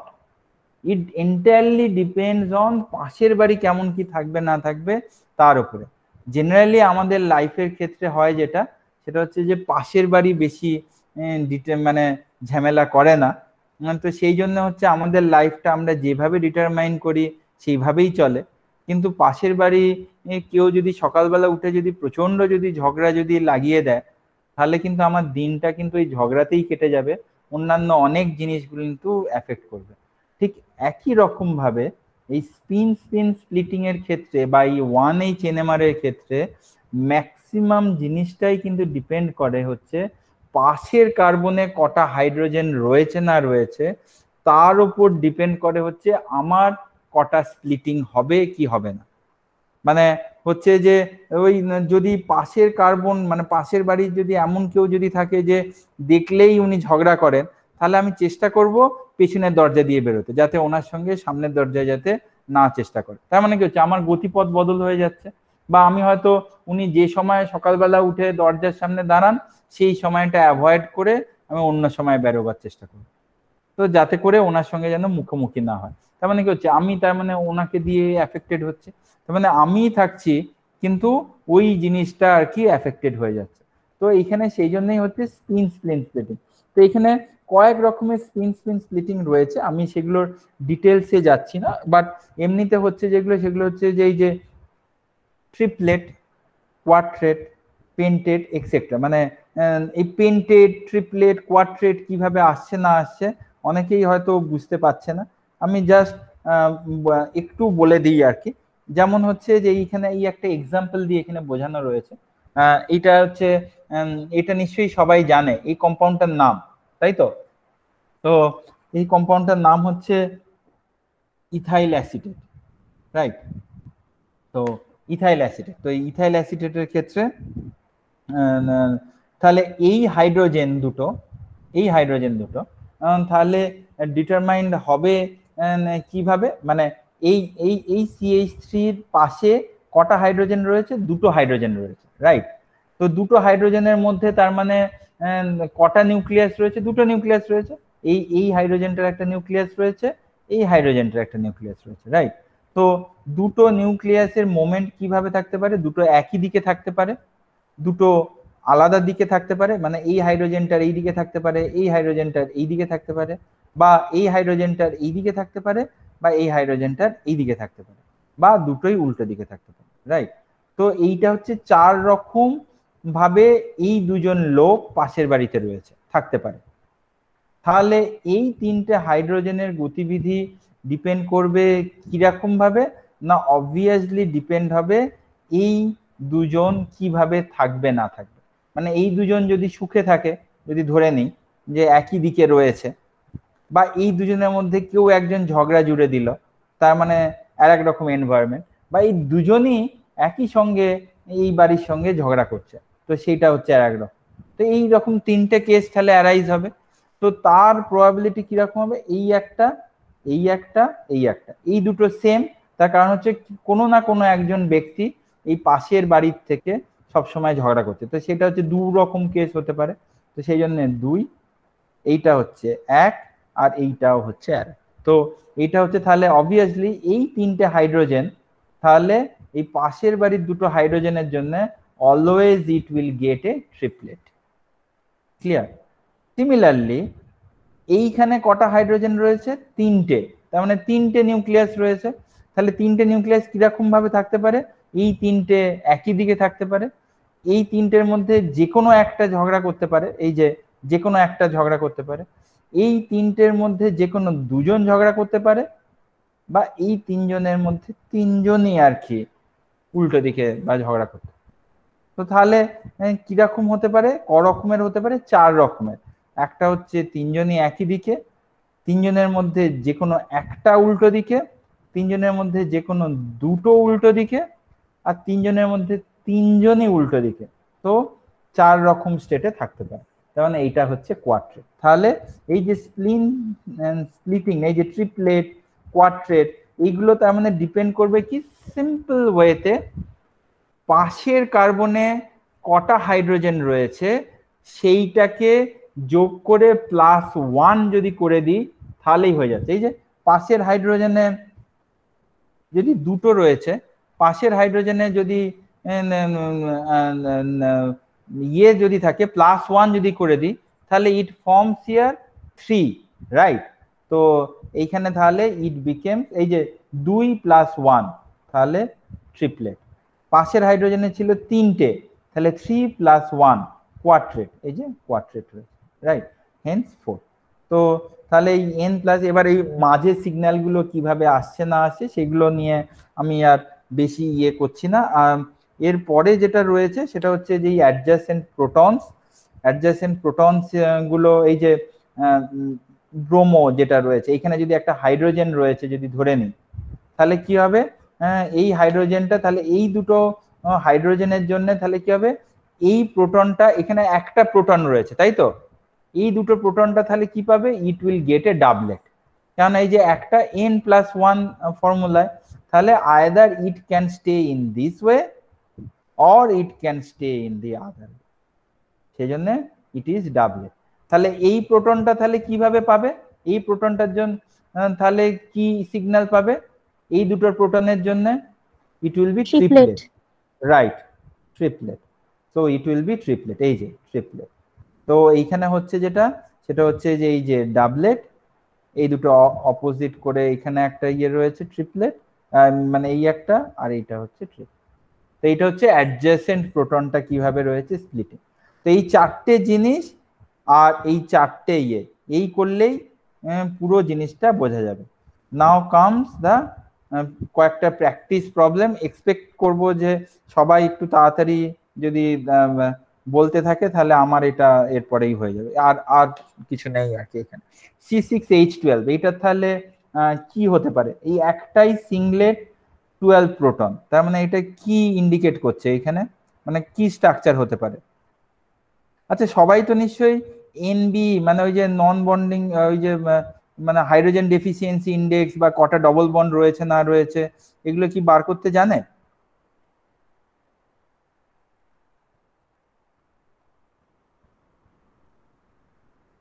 আচ্ছা, স্টুডেন্টরা কি আছে? স্যার ওটা বার করতে অসুবিধা হয় একটু। আচ্ছা, তো বার করার নিয়মটা একটা রয়েছে আর কি, ওই 2a + 2 মাইনাস ইয়ে করে। তো ওই নন বন্ডেড ইলেকট্রনস বার করার ওই একটা ফর্মুলা রয়েছে। যাক, আমি এখানে জাস্ট বলে দিই আর কি, একটু করলেই হয়তো পেয়ে যাবে।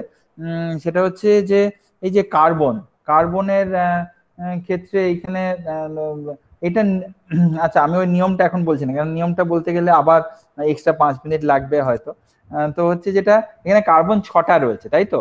তো ওই সূত্র অনুযায়ী 2a, তার মানে দুটো কার্বন যে কটা রয়েছে সেটা ইন্টু 2, তার মানে 6 to 12 প্লাস 2, তো হচ্ছে 12 প্লাস 2 হচ্ছে 14, মাইনাস যে কটা হাইড্রোজেন রয়েছে ফর্মুলায় সেই কটা, তো -12 করলে তাহলে হচ্ছে টোটাল হচ্ছে 2 হচ্ছে, আর হোল ডিভাইডেড বাই 2, ঠিক আছে, তাহলে করছে 1। তার মানে এই মলিকুলার ফর্মুলায় একটা ডবল বন্ড রয়েছে। এবার আমি আমি জানি নিশ্চয়ই অনেকেই জানে যে একটা double bond is equivalent to 1 cyclic structure also, ঠিক আছে। একটা সাইক্লিক স্ট্রাকচার মানেও একটা ডবল বন্ড, আর এমনি একটা ডবল বন্ড মানেও একটা ডবল বন্ড। তো এইটা তাহলে এই যে 12 সিঙ্গলেট হাইড্রোজেন যদি থাকে, এইটা হচ্ছে সাইক্লোহেক্সেন। এই যে সাইক্লোহেক্সেনের ক্ষেত্রে এই যে আমি যেটা বললাম, সাইক্লোহেক্সেনের ক্ষেত্রে এখানে C6 অ্যাক্সিস অফ সিমেট্রি সবগুলোই হচ্ছে ইকুইভ্যালেন্ট।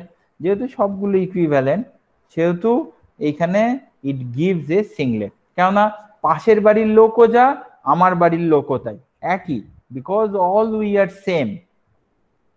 কেননা এখানে তো আলাদা করে ডিস্টিংগুইশ করতেই পাচ্ছি না। তো হচ্ছে যে আমি যদি আমার পাশে চারপাশে যদি 6টা আয়না দিয়ে যদি দেখি আর কি, তাহলে কি আর নিজের সঙ্গে কি আমি ঝগড়া করতে পারবো? পারবো না, because all we are 100% identical. তো সেই জন্য হচ্ছে সেই জন্য এইখানে there is no splitting over here and hence we get a singlet. এখানেও একটা সিংলেট এসছে, কিন্তু এখানে ইন্টারেস্টিংলি এটা হচ্ছে 1.4 টোরের কাছে, এইখানের এইটা এসছে, এটাও হচ্ছে যে একটাই ডবল বন্ড রয়েছে, যে 6 to 12 প্লাস 2 14, -12 করলে 2 হচ্ছে, বাই 2 করলে একটা, তো এখানেও একটা ডবল বন্ড রয়েছে, কিন্তু এইটার ভ্যালু হচ্ছে 1.6। তো এইটার স্ট্রাকচার কি হবে কেউ বলতে পারবে?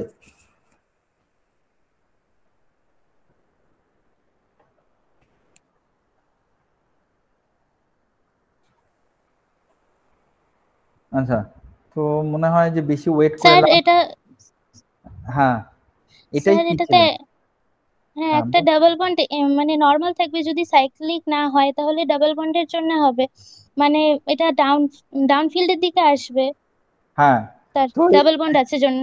হ্যাঁ এই যে এইখানে যেমন এই এই যদি স্ট্রাকচার যদি থাকে আর কি, এই যে যেটা দেখিয়ে দিয়েছি 2,3 ডাইমিথাইল, এখানে কিন্তু ডবল বন্ডের সাথে কোনো হাইড্রোজেন কিন্তু লেগে নেই, রাইট।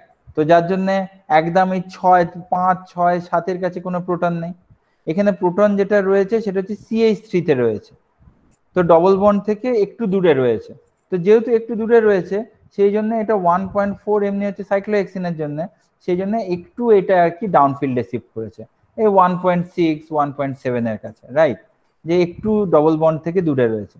কিন্তু এইখানে এবার কেউ মনে করতেই পারে যে স্যার এইগুলো কি আলাদা আলাদা সি স্ট্রান্স, কিন্তু এটা আলাদা আলাদা নয়, কেননা দেখ এইখানে হচ্ছে যে এইখানে একটা প্লেন অফ সিমেট্রি আর এইখানেও একটা প্লেন অফ সিমেট্রি।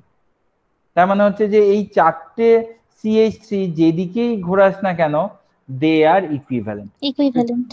যেহেতু they are equivalent hence we get a singlet peak. এই সেই জন্য এখানে আর কোনো রকম splitting we are not going to get. Benzene যেটা আমি দেখালাম যে অল আর সেম, রাইট, তো সেই জন্য দে আর ইকুইভ্যালেন্ট। এইবার আমি হ্যাঁ স্যার যদি তারা ইকুইভ্যালেন্ট না হতো তাহলে কি সিংলেট হতো? কোনটা কোনটা? স্যার আমি 2,3 ডাইমেথাইলের কথা বলতেছি। হ্যাঁ হ্যাঁ হ্যাঁ বল বল কোনটা? স্যার হ্যাঁ স্যার এই যে 2,3 ডাইমেথাইল 2 প্রোটেন, হ্যাঁ হ্যাঁ এটা যদি ইকুইভ্যালেন্ট না হতো আর কি, স্যার ধরে নেন স্যার অন্য কোনো এলিমেন্ট নিলাম, তাহলে কি কি করে বুঝবো যে এটা সিংল্যান্ড, নাকি যদি ইকুইভ্যালেন্ট হয় তবেই সিংল্যান্ড হবে, নাকি অন্য অন্য কোনো ভাবে না, সিংল্যান্ড হতে এটা পারে? ইকুইভ্যালেন্ট আমি বলছি। এইটা হচ্ছে যে যদি সিংলেট তখনই হবে যদি এইটার মধ্যে একটা সিমেট্রি যদি থাকে, যদি সিমেট্রি যদি থাকে তখনই নিজেদের মধ্যে ঝগড়া বাঁধবে। তো দুটো লোকের মধ্যে কখন ঝগড়াটা হয় বা মনোমালিন্য হয়, যখন আলাদা পার্সোনালিটি, যখন দুজনের মধ্যে মতবিরোধ, যার জন্য হচ্ছে বাংলায় বলে হচ্ছে মতবিরোধ, তার মানে মতের বিরোধ, তার মানে যখন they have the different ways of thinking, তার মানে তাদের এনভায়রনমেন্টটা আলাদা। যদি তাদের মধ্যে যদি আমি একটা প্লেন অফ সিমেট্রি, তুই কি আয়নার সামনে দাঁড়িয়ে কি নিজে নিজে ঝগড়া করবি? পারবি না। তো প্লেন অফ সিমেট্রি যদি থাকে, যদি একটা সিমেট্রি যদি থাকে, তার মানেই হচ্ছে তুই সামনে একটা আয়নাকে রাখছিস, তো তার মানে তখনই তো তাহলে এনভায়রনমেন্ট এক হয়ে যাচ্ছে। তো সেই ক্ষেত্রে তো তাহলে আর ওই এনভায়রনমেন্ট যেহেতু এক হয়ে যাচ্ছে, তখন তো তার মধ্যে তাহলে স্প্লিটিং থাকছে না। তাহলে আমাকে এখানে একটাই জিনিস দেখে নিতে হবে যে তার এনভায়রনমেন্টটা কখন এক হচ্ছে। সাপোজ আমি বলছি তোর কথা অনুযায়ী, যদি আমি এইখানে CH3 আর এইখানে CH3 এই দুটোকে চেঞ্জ করে আমি যদি ক্লোরিন করে দিই, দুটোতেই ক্লোরিন, এখানেও ক্লোরিন এখানেও ক্লোরিন, তাহলে কি এখানে সিংলেট পাবো না পাবো না? তাহলে তো পাওয়া উচিত নয়। পাওয়া উচিত নয়? স্যার পাবো, ইকুইভ্যালেন্ট থাকছে তো তাও। হ্যাঁ, তার কারণ এই যে সিমেট্রি থেকে যাচ্ছে এখানে। এই তো মাঝখান থেকে একটা প্লেন তো আমি কাটতেই পাচ্ছি না, আমি এইভাবে কাটছি, রাইট? এবার এইখানে হ্যাঁ স্যার, CH3, বুঝলাম। এইখানে CH3 আর এইখানে CH3, ধর এই দুটোকে বদলে দিলাম, ক্লোরিন করে দিলাম, আর এইখানে CH3 এইখানে CH3 রইলো, এইখানের এইটাকে আর এইটাকে আমি কেটে ক্লোরিন করে দিলাম, তাহলে কি সিংলেট হবে?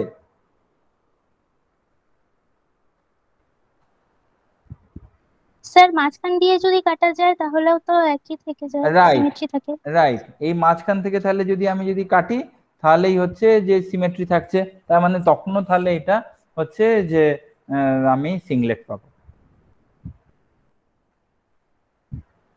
ঠিক আছে, মানে জাস্ট এইভাবেই আর কি জিনিসগুলোকে আর কি ডিটারমাইন করতে হবে, যে আমি যতক্ষণ সিমেট্রি পাবো ততক্ষণ হচ্ছে। এবার আমি এই দুটো ক্লোরিনের জায়গায় একটা ক্লোরিন একটা ব্রোমিন যদি করে দিই, তখন কিন্তু আর সিংলেট এখানে হবে না, তখন এইখানের সঙ্গে এইখানে তখন একটা ইন্টারাকশন হবে, এবং এইগুলো তখন এই পিকটা আর এই পিকটা সিংলেট হয়তো হবে, কিন্তু তখন এই 12 মানে 6টা প্রোটনের একই জায়গায় আসবে না, তখন they will appear in a different way. তার কারণ হচ্ছে একটার সাথে ক্লোরিন রয়েছে, একটার সাথে ব্রোমিন রয়েছে, তো অবভিয়াসলি তাদের ইলেকট্রোনেগেটিভিটি আলাদা হবে। হিসাব অনুযায়ী কিন্তু সিংলেটই থাকবে। সিংলেটটা কেন থাকবে? তার কারণ হচ্ছে যে পাশের কার্বনে কোনো হাইড্রোজেন নেই বলে। পাশের কার্বনে যদি হাইড্রোজেন যদি না থাকে, তার মানে হচ্ছে যে এখানে সিংলেট হবে, 3টে হাইড্রোজেন, কিন্তু 3টে একই রকম হবে না, দুটো আলাদা হবে। এইখানে যেহেতু ক্লোরিন রয়েছে আর এখানে যেহেতু ব্রোমিন থাকবে, সেহেতু দুটো আলাদা দুটো সিংলেট পাবো। এই ক্ষেত্রে হচ্ছে 6টাই সিংলেট পাবো একই জায়গায়, যেহেতু তাদের মধ্যে একটা সিমেট্রি রয়েছে। বুঝতে পারছিস? হ্যাঁ স্যার। আচ্ছা, হ্যাঁ স্যার। এটা হচ্ছে বেনজিন। এইবার হচ্ছে এই 3টে আইসোমারের মধ্যে কোনটা হচ্ছে এইটার এনএমআর, সেটা কিরকম ভাবে কে বলবে? এইটা এই 3টে স্ট্রাকচারের মধ্যে কোনো একটা স্ট্রাকচার হচ্ছে এইটা।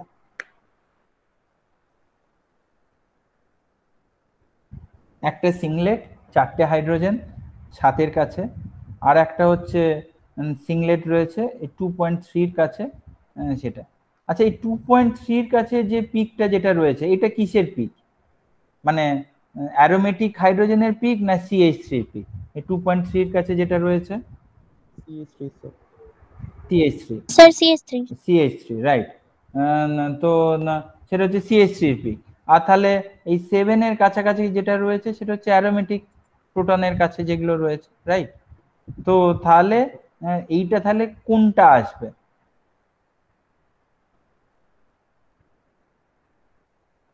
কেউ বলতে পারবে? আচ্ছা, আমি তাহলে স্যার সি নাম্বারটা কি? হ্যাঁ, সি নাম্বারটা হবে। সি নাম্বারটা হবে, রাইট। তো সি নাম্বারটা হবে কিভাবে হবে আমি এখানে জাস্ট বলে দিই। সেটা হচ্ছে যে আমি যদি এই এই এই তিনটে মলিকিউলেরই কিন্তু একটা করে সিমেট্রি রয়েছে, কারোর মোর দ্যান ওয়ান সিমেট্রি রয়েছে। এইটা আমি যদি এরকম ভাবে যদি কাটি, মলিকিউলটাকে এরকম ভাবে যদি কাটি, তাহলেও কিন্তু একটা সিমেট্রি রয়েছে। কিন্তু সেই ক্ষেত্রে কি পাচ্ছি, এই CH3 একটা তো পাচ্ছি, আর অ্যারোমেটিক প্রোটন কিন্তু দু রকমের পাচ্ছি। এই এক রকমের অ্যারোমেটিক প্রোটন, এই এক রকমের অ্যারোমেটিক প্রোটন। তার কারণ কি না, তার কারণ হচ্ছে যে এই অ্যারোমেটিক প্রোটনের পাশে কিন্তু এই CH3টা নেই, আবার এই অ্যারোমেটিক প্রোটনের পাশে এই CH3টা রয়েছে। তো obviously they have a different environment, right. তো এইটার ক্ষেত্রে দু রকমের অ্যারোমেটিক এনভায়রনমেন্ট পাচ্ছি। এবার এইটাকেও আমি যদি এইখান থেকে যদি কাটি, এইখান থেকে, তাহলে কি হচ্ছে, এই ক্ষেত্রে আমরা ক রকমের প্রোটন পাবো, চার রকমের।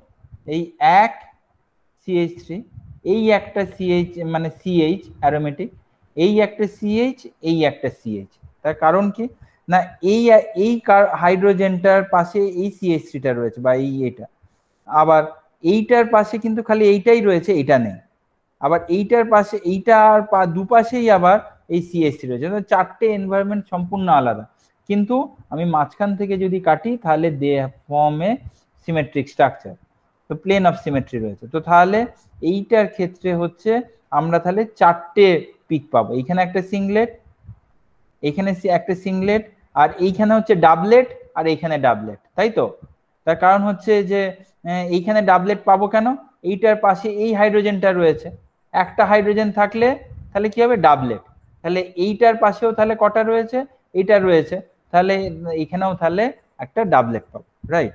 আর এইখানে একটা সিংলেট পাবো, কেননা এই হাইড্রোজেনটার পাশে এইখানে কোনো প্রোটন নেই। তো একটা সিংলেট, একটা সিংলেট, একটা ডাবলেট, একটা ডাবলেট। কিন্তু আর এইটা যদি হয় আর কি, আমি দু রকম ভাবে কাটতে পারি এটাকে, একটা হচ্ছে এরকম ভাবে কাটতে পারি, আর একটা হচ্ছে এরকম ভাবে কাটতে পারি। যদি কাটি তাহলে কিন্তু দুটোর ক্ষেত্রেই কিন্তু সিমেট্রি স্ট্রাকচার হচ্ছে। এইরকম ভাবে কাটলেও একটা সিমেট্রি, আর এরকম ভাবে কাটলেও একটা সিমেট্রি, রাইট।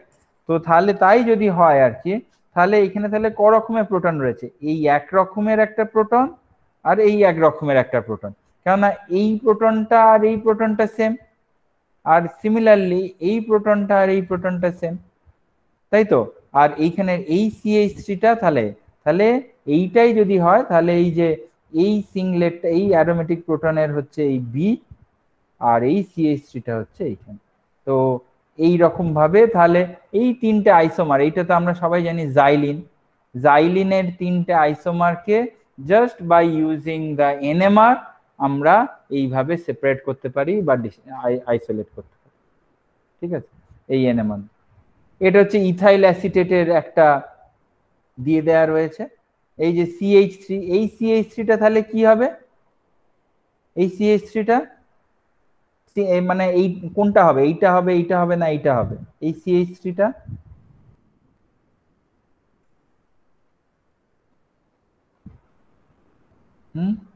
স্যার মিডিলেরটা তিন, হ্যাঁ তিনে, হ্যাঁ এই দুইয়ের তিন কাছাকাছি লেখা যেটা। হ্যাঁ হ্যাঁ, এই যে দুই, এইখানে ক্ষেত্রে মেনলি যেটা ফলো করা উচিত আর কি, এই এই ভ্যালুগুলো, এই PPM ভ্যালুগুলো। তার কারণ হচ্ছে যে আমি বলেছিলাম না, এই 1H NMR হচ্ছে ওয়ান ডাইমেনশনাল। ওয়ান ডাইমেনশনাল মানে এর খালি একটাই ভ্যালু আমরা ক্যালকুলেট করব, সেটা হচ্ছে এইটা। তার মানে এখানে বলা উচিত এই দুইয়ের কাছাকাছি যে পিকটা যেটা রয়েছে সেটা হচ্ছে এইটা। তার কারণ কি, তার কারণ হচ্ছে যে এই পাশের কার্বনের পাশে কার্বনের কোনো হাইড্রোজেন নেই, হাইড্রোজেন নেই, রাইট। তো সেই জন্য সিংলেট। এবার এইটা আর এইটার মধ্যে কোনটা কোনটা হবে, এইটা কোন পিকটা হবে, আর এটা CH2 টা হবে, এটা কারণ CH2 টা হবে, হ্যাঁ অক্সিজেনের পাশে আছে তাই ডাউন ফিল্ডের দিকে বেশি হবে, আর CH3 টা একদম আপ ফিল্ডে একের কাছাকাছি যেটা হ্যাঁ সেটা হবে। সেটা আর হবে, তাছাড়া ওখানে স্প্লিটিংটাও দেখা যাচ্ছে যে CH3 এর জন্য চারটাতে স্প্লিট হবে, মানে কোয়াড্রেটে স্প্লিট হয়েছে CH2 টা, রাইট যেহেতু পাশের কার্বনে CH3। রাইট। তো হচ্ছে যে এখানে সেই জন্য কোয়াড্রেট স্প্লিট হয়েছে, আর এখানে হচ্ছে এইখানটার জন্য তাহলে এইটা এই যে CH2, তাহলে 2+1 তিনটে, তাহলে ট্রিপলেট এখানে হয়ে গেল, রাইট। টার্সিয়ারি বিউটাইল ব্রোমাইড একই রকম ভাবে, এই যে টার্সিয়ারি বিউটাইল গ্রুপ তিনটেই হচ্ছে ইকুইভ্যালেন্ট গ্রুপ, রাইট। এই আমি যদি এইটাকে যদি sp3 হাইব্রিডাইজেশন করে যদি আঁকি তাহলে কিন্তু এইটা কিন্তু একটা ওই প্লেন কিন্তু হয়ে যায়, তাই তো, C3 axis of symmetry, হ্যাঁ স্যার।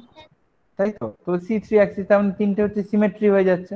তো তিনটে সিমেট্রি হয়ে যাওয়ার জন্য it gives a 9 proton over tertiary butyl bromide.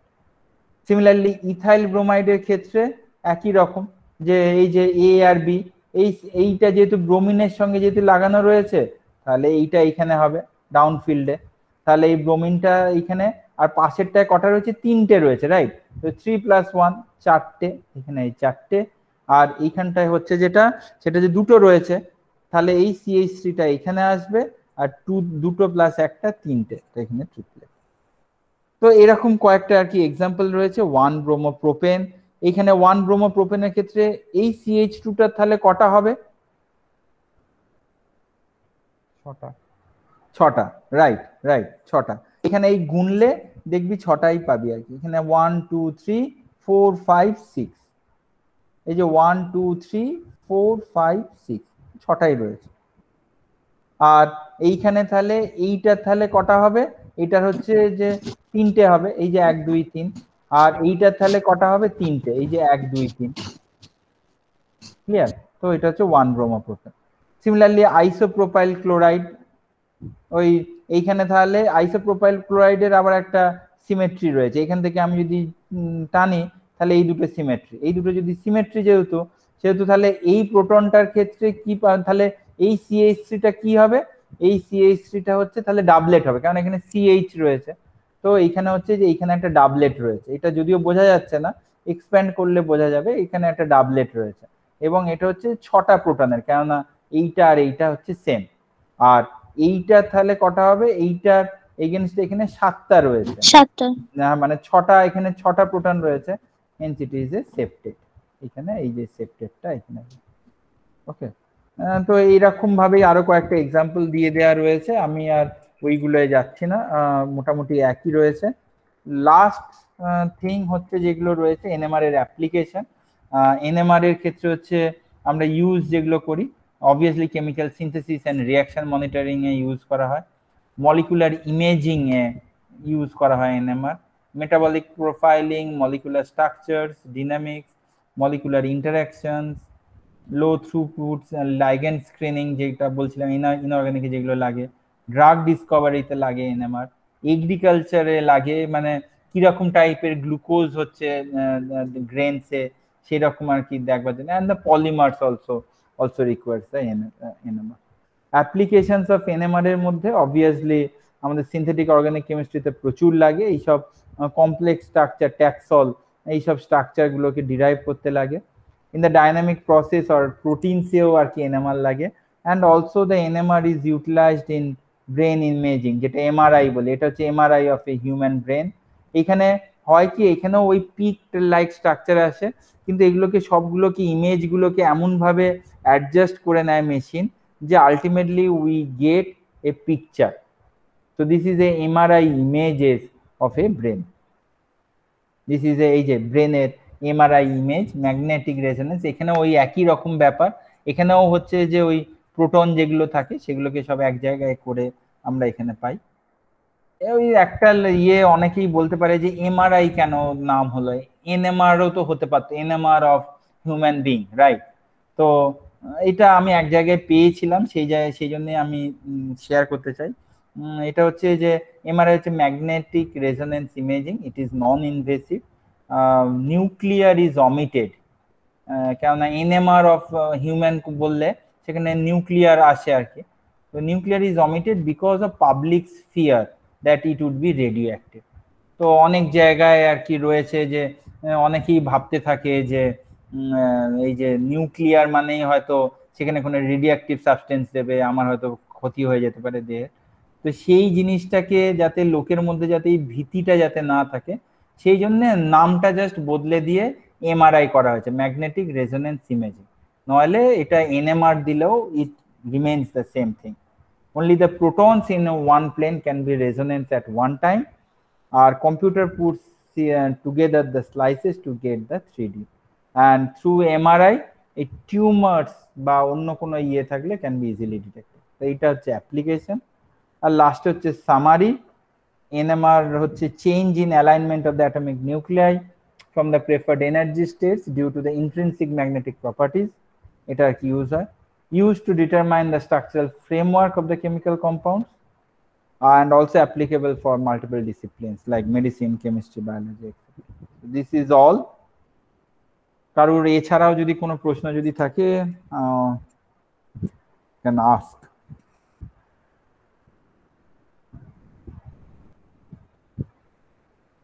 কারোর কি আছে কিছু? আচ্ছা না স্যার। যে স্টুডেন্টরা এখনো আছো, তোমাদের যদি কোনো প্রশ্ন থেকে থাকে তাহলে স্যার আছেন, স্যারকে জিজ্ঞেস করে নাও। হ্যাঁ হ্যাঁ, মানে আমি এক্সপেক্টেড কারুর যদি মানে বোর করিনি আর কি, যদিও না স্যার, জিনিসটা অনেকটাই বড় ছিল, কিন্তু আমি যতটা পেরেছি আর কি ছোট করে করবার চেষ্টা করেছি আর কি।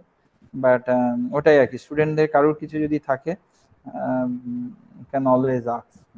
তোমাদের কাছে সুযোগ আছে তো, তোমাদের যদি কোনো প্রশ্ন থেকে থাকে তাহলে স্যার আছেন এখনো, স্যারকে জিজ্ঞেস করে নাও।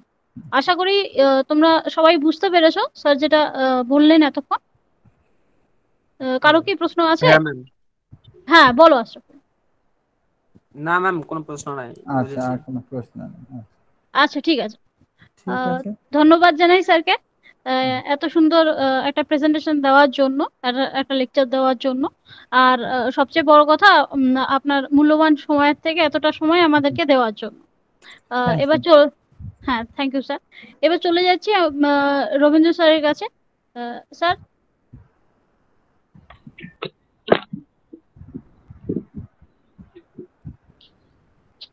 Thank you sir. অ্যাকচুয়ালি আমিও শুনছিলাম শুরু থেকেই।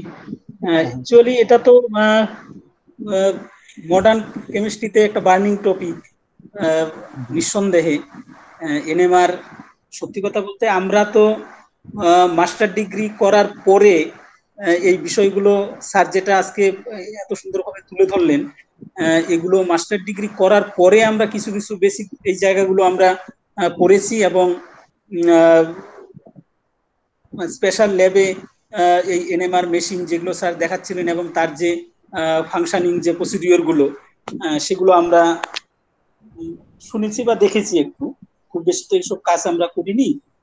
তো স্টুডেন্টরা আজকে লাকি যে তারা কলেজের গণ্ডি না পেরিয়েই তারা এইসব বিষয়গুলো, বেসিক জায়গাগুলো তারা জানতে পেরেছে আর যেভাবে তুলে ধরলেন। এবং সত্যি এর যা অ্যাপ্লিকেশন, এত ভাস্ট অ্যাপ্লিকেশন, স্যার বলছিলেন যে অলরেডি এর উপর 5 জন নোবেল লরিয়েট আমরা দেখলাম, যে এবং আরো কত এর যে কাজ এখনো চলছে, স্যার নিশ্চয়ই জানেন সেই সব বিষয়গুলো। তো এই আজকের এই আলোচনায় যদি অন্তত 2-3 জন স্টুডেন্টও যদি ফিউচারে তারা এই বিষয়ের উপর তারা কাজ করে বা এগিয়ে যায়, তাহলে সত্যি আজকের এই আলোচনা একটা আলাদা সার্থকতা তাদের জীবনে থাকবে। অসংখ্য ধন্যবাদ স্যারকে, স্যার এই টপিকটার উপর এত সুন্দর আলোকপাত করার জন্য। অনেকেই ইন্টারেক্ট করছিল স্টুডেন্টরাও, তো নিঃসন্দেহে তারাও খুব ইন্টারেস্টেড হয়েছে বলে আমার ধারণা। তো এই আর কি আমার বলার। তো আর কেউ কিছু যদি বলার থাকে, সুবর্ণ দেখো আমাদের টিচারদের মধ্যে বা স্টুডেন্টরাও যদি কোনো কিছু তাদের ফিলিংস তারা শেয়ার করে, সেটা একটু দেখো। স্যারকে অসংখ্য ধন্যবাদ, আমি শেষ করছি। Thank you sir. আমারও আর কি ইয়ে করে ভালো লাগলো, কিন্তু স্টুডেন্টরা যদি কিছু যদি বলে তো আমি এখনো রয়েছি আর কি। আর নইলে ওই আর কি, মানে ওই অরিগ্ন রয়েছে বা সুবর্ণাও তো ইয়ে রয়েছে, তো আমার ফোন নাম্বার এই রয়েছে। তো বা ভবিষ্যতে যদি তারা কুচবিহার পঞ্চানন বর্মা ইউনিভার্সিটিতে যদি অবভিয়াসলি এমএসসি যখন ঢুকবে তখন তো নিশ্চয়ই আমার সঙ্গে দেখা হবে, তো তখন তো তারা আরো বিশদভাবে পড়তে পারবে। এই বলেই আমি শেষ করছি। Thank you sir. যে স্টুডেন্টরা এখনো আছেন আছো, তোমরা যদি নিজেদের অভিজ্ঞতা সম্পর্কে জানাতে চাও কিছু, তো সেটা তোমরা বলতে পারো, শেয়ার করতে পারো। হ্যাঁ স্যার, আমি শ্রীতমা চক্রবর্তী, 6 সেমিস্টারের স্টুডেন্ট। আর আজকে আপনার ক্লাসটা করে আমার সত্যি খুব ভালো লাগলো, কারণ আমার কিছু কিছু জায়গা ডাউট হতো, মানে বুঝতে খুব অনেক সময় কনফিউশন হতো যে আপফিল্ড ডাউনফিল্ডের ব্যাপারটা। এটা আপনার প্রেজেন্টেশন থেকে আমার প্রচন্ড ক্লিয়ার হয়েছে, এবং তারপরে আমি আপনার প্রশ্নগুলোর উত্তরও দিতে পারলাম। এটাতে আমার একটা কনফিডেন্স আসলো। Thank you so much sir, এরকম ধরনের একটা ক্লাস নেওয়ার জন্য।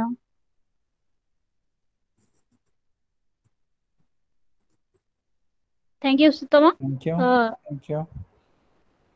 আর কেউ আছো শ্রীতমা ছাড়া যারা নিজেদের মানে ইয়ে শেয়ার করতে চাও? আচ্ছা, তো আমি এখানে আমাদের ডিপার্টমেন্টে বাকি যে টিচাররা আছেন, স্নেহাশিস স্যার বা অরিঘ্ন স্যার, এরা কেউ যদি নিজেদের অভিজ্ঞতা আজকে শেয়ার করে নিতে চায় তাহলে আমি সবাইকে রিকোয়েস্ট করব। স্নেহাশিস স্যার, আছেন আপনি? হ্যাঁ, আছি আমি। হ্যাঁ, বলছি। প্রথমেই গৌতম স্যারকে অসংখ্য ধন্যবাদ। এই শর্ট নোটিশে একটু আওয়াজ আসছে, আমার এখানে একটু কাজ হচ্ছে বাড়িতে, তো সরি। তো এই ছোট একটা শর্ট নোটিশেই আমাদের এই কুচবিহার কলেজের আবেদনে সাড়া দিয়ে একটা সুন্দর একটা লেকচার দিলেন। এটা মেইনলি হচ্ছে বিএসসি দের 4th সেমিস্টার এবং 5th এবং 6th সেমিস্টারে অল্প অল্প আছে। তো আমার মনে হলো যে তাদের রেসপন্স থেকে যে তারা অনেকটাই তাদের উপকার হয়েছে। এবং আমি এছাড়াও ধন্যবাদ জানাই আমাদের প্রিন্সিপাল স্যারকে এত সুন্দর একটা প্ল্যাটফর্ম দেওয়ার জন্য, আমাদের ডিপার্টমেন্টের এইচওডি ডক্টর রবীন্দ্র মহাশয়কে, যে এত সুন্দর একটা অনুষ্ঠান অর্গানাইজ করার জন্য।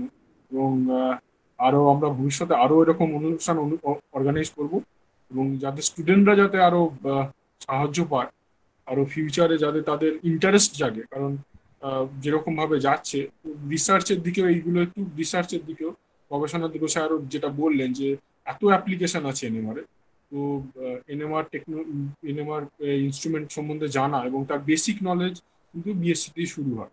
তো এটা খুব ভালো সুযোগ, এবং তোমাদের স্টুডেন্টরা যারা স্যার খুবই হেল্পফুল। যে কোনো সময় তোমরা ইউনিভার্সিটির দিক যেতেও পারো কন্ট্যাক্ট করে, স্যার খুবই হেল্পফুল। যদি ফার্দার যদি কোনো কোয়ারিজ থাকে তো উনি ডেফিনেটলি তোমাদের হেল্প করবেন। তো এগেন আবার ধন্যবাদ জানাই গৌতম স্যারকে এই সুন্দর একটা লেকচার দেওয়ার জন্য। Thank you sir. Thank you. Thank you Snehashis babu. তো আমি রবীন্দ্র স্যারের কাছ থেকে অনুমতি চেয়ে নিচ্ছি যে আজকের যে সেশনটা, এই সেশনটা আমরা যদি শেষ করতে পারি তাহলে। হ্যাঁ, বলছে সুবর্ণ, অরিঘ্ন অরিঘ্ন কিছু আচ্ছা, শেয়ার করে মানে এন্ড করে দেয় হ্যাঁ, আজকে ঠিক আছে, প্রোগ্রামটা। ঠিক আছে, ঠিক আছে স্যার। অরিঘ্ন, হ্যাঁ, অরিঘ্ন। হ্যাঁ, আজকের এই লেকচার সেশনটা খুবই হেল্পফুল ছিল। যারা মানে অলরেডি 5th সেমিস্টার পাস করে গেছে তাদের জন্য একটা রিভিশন ব্যাপার আর কি। আর যারা নতুন সেমিস্টারে মানে 2nd বা 4th সেমিস্টারে, তাদের জন্য একটা তারা যে পরবর্তীতে এই চ্যাপ্টারগুলো পড়বে তখন তাদের খুব হেল্প করবে এই আশা করি। তো স্যারকেও এই ব্যাপারে অসংখ্য ধন্যবাদ, এত সুন্দর একটা লেকচার দেওয়ার জন্য। আমাদের কুচবিহার কলেজের পক্ষ থেকে স্যারকে ধন্যবাদ।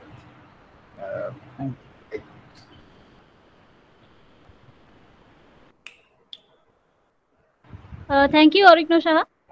আমি আমাদের কুচবিহার কলেজের আমাদের ডিপার্টমেন্টের প্রত্যেক টিচারকে ধন্যবাদ জানাই, এবং ধন্যবাদ জানাই ডক্টর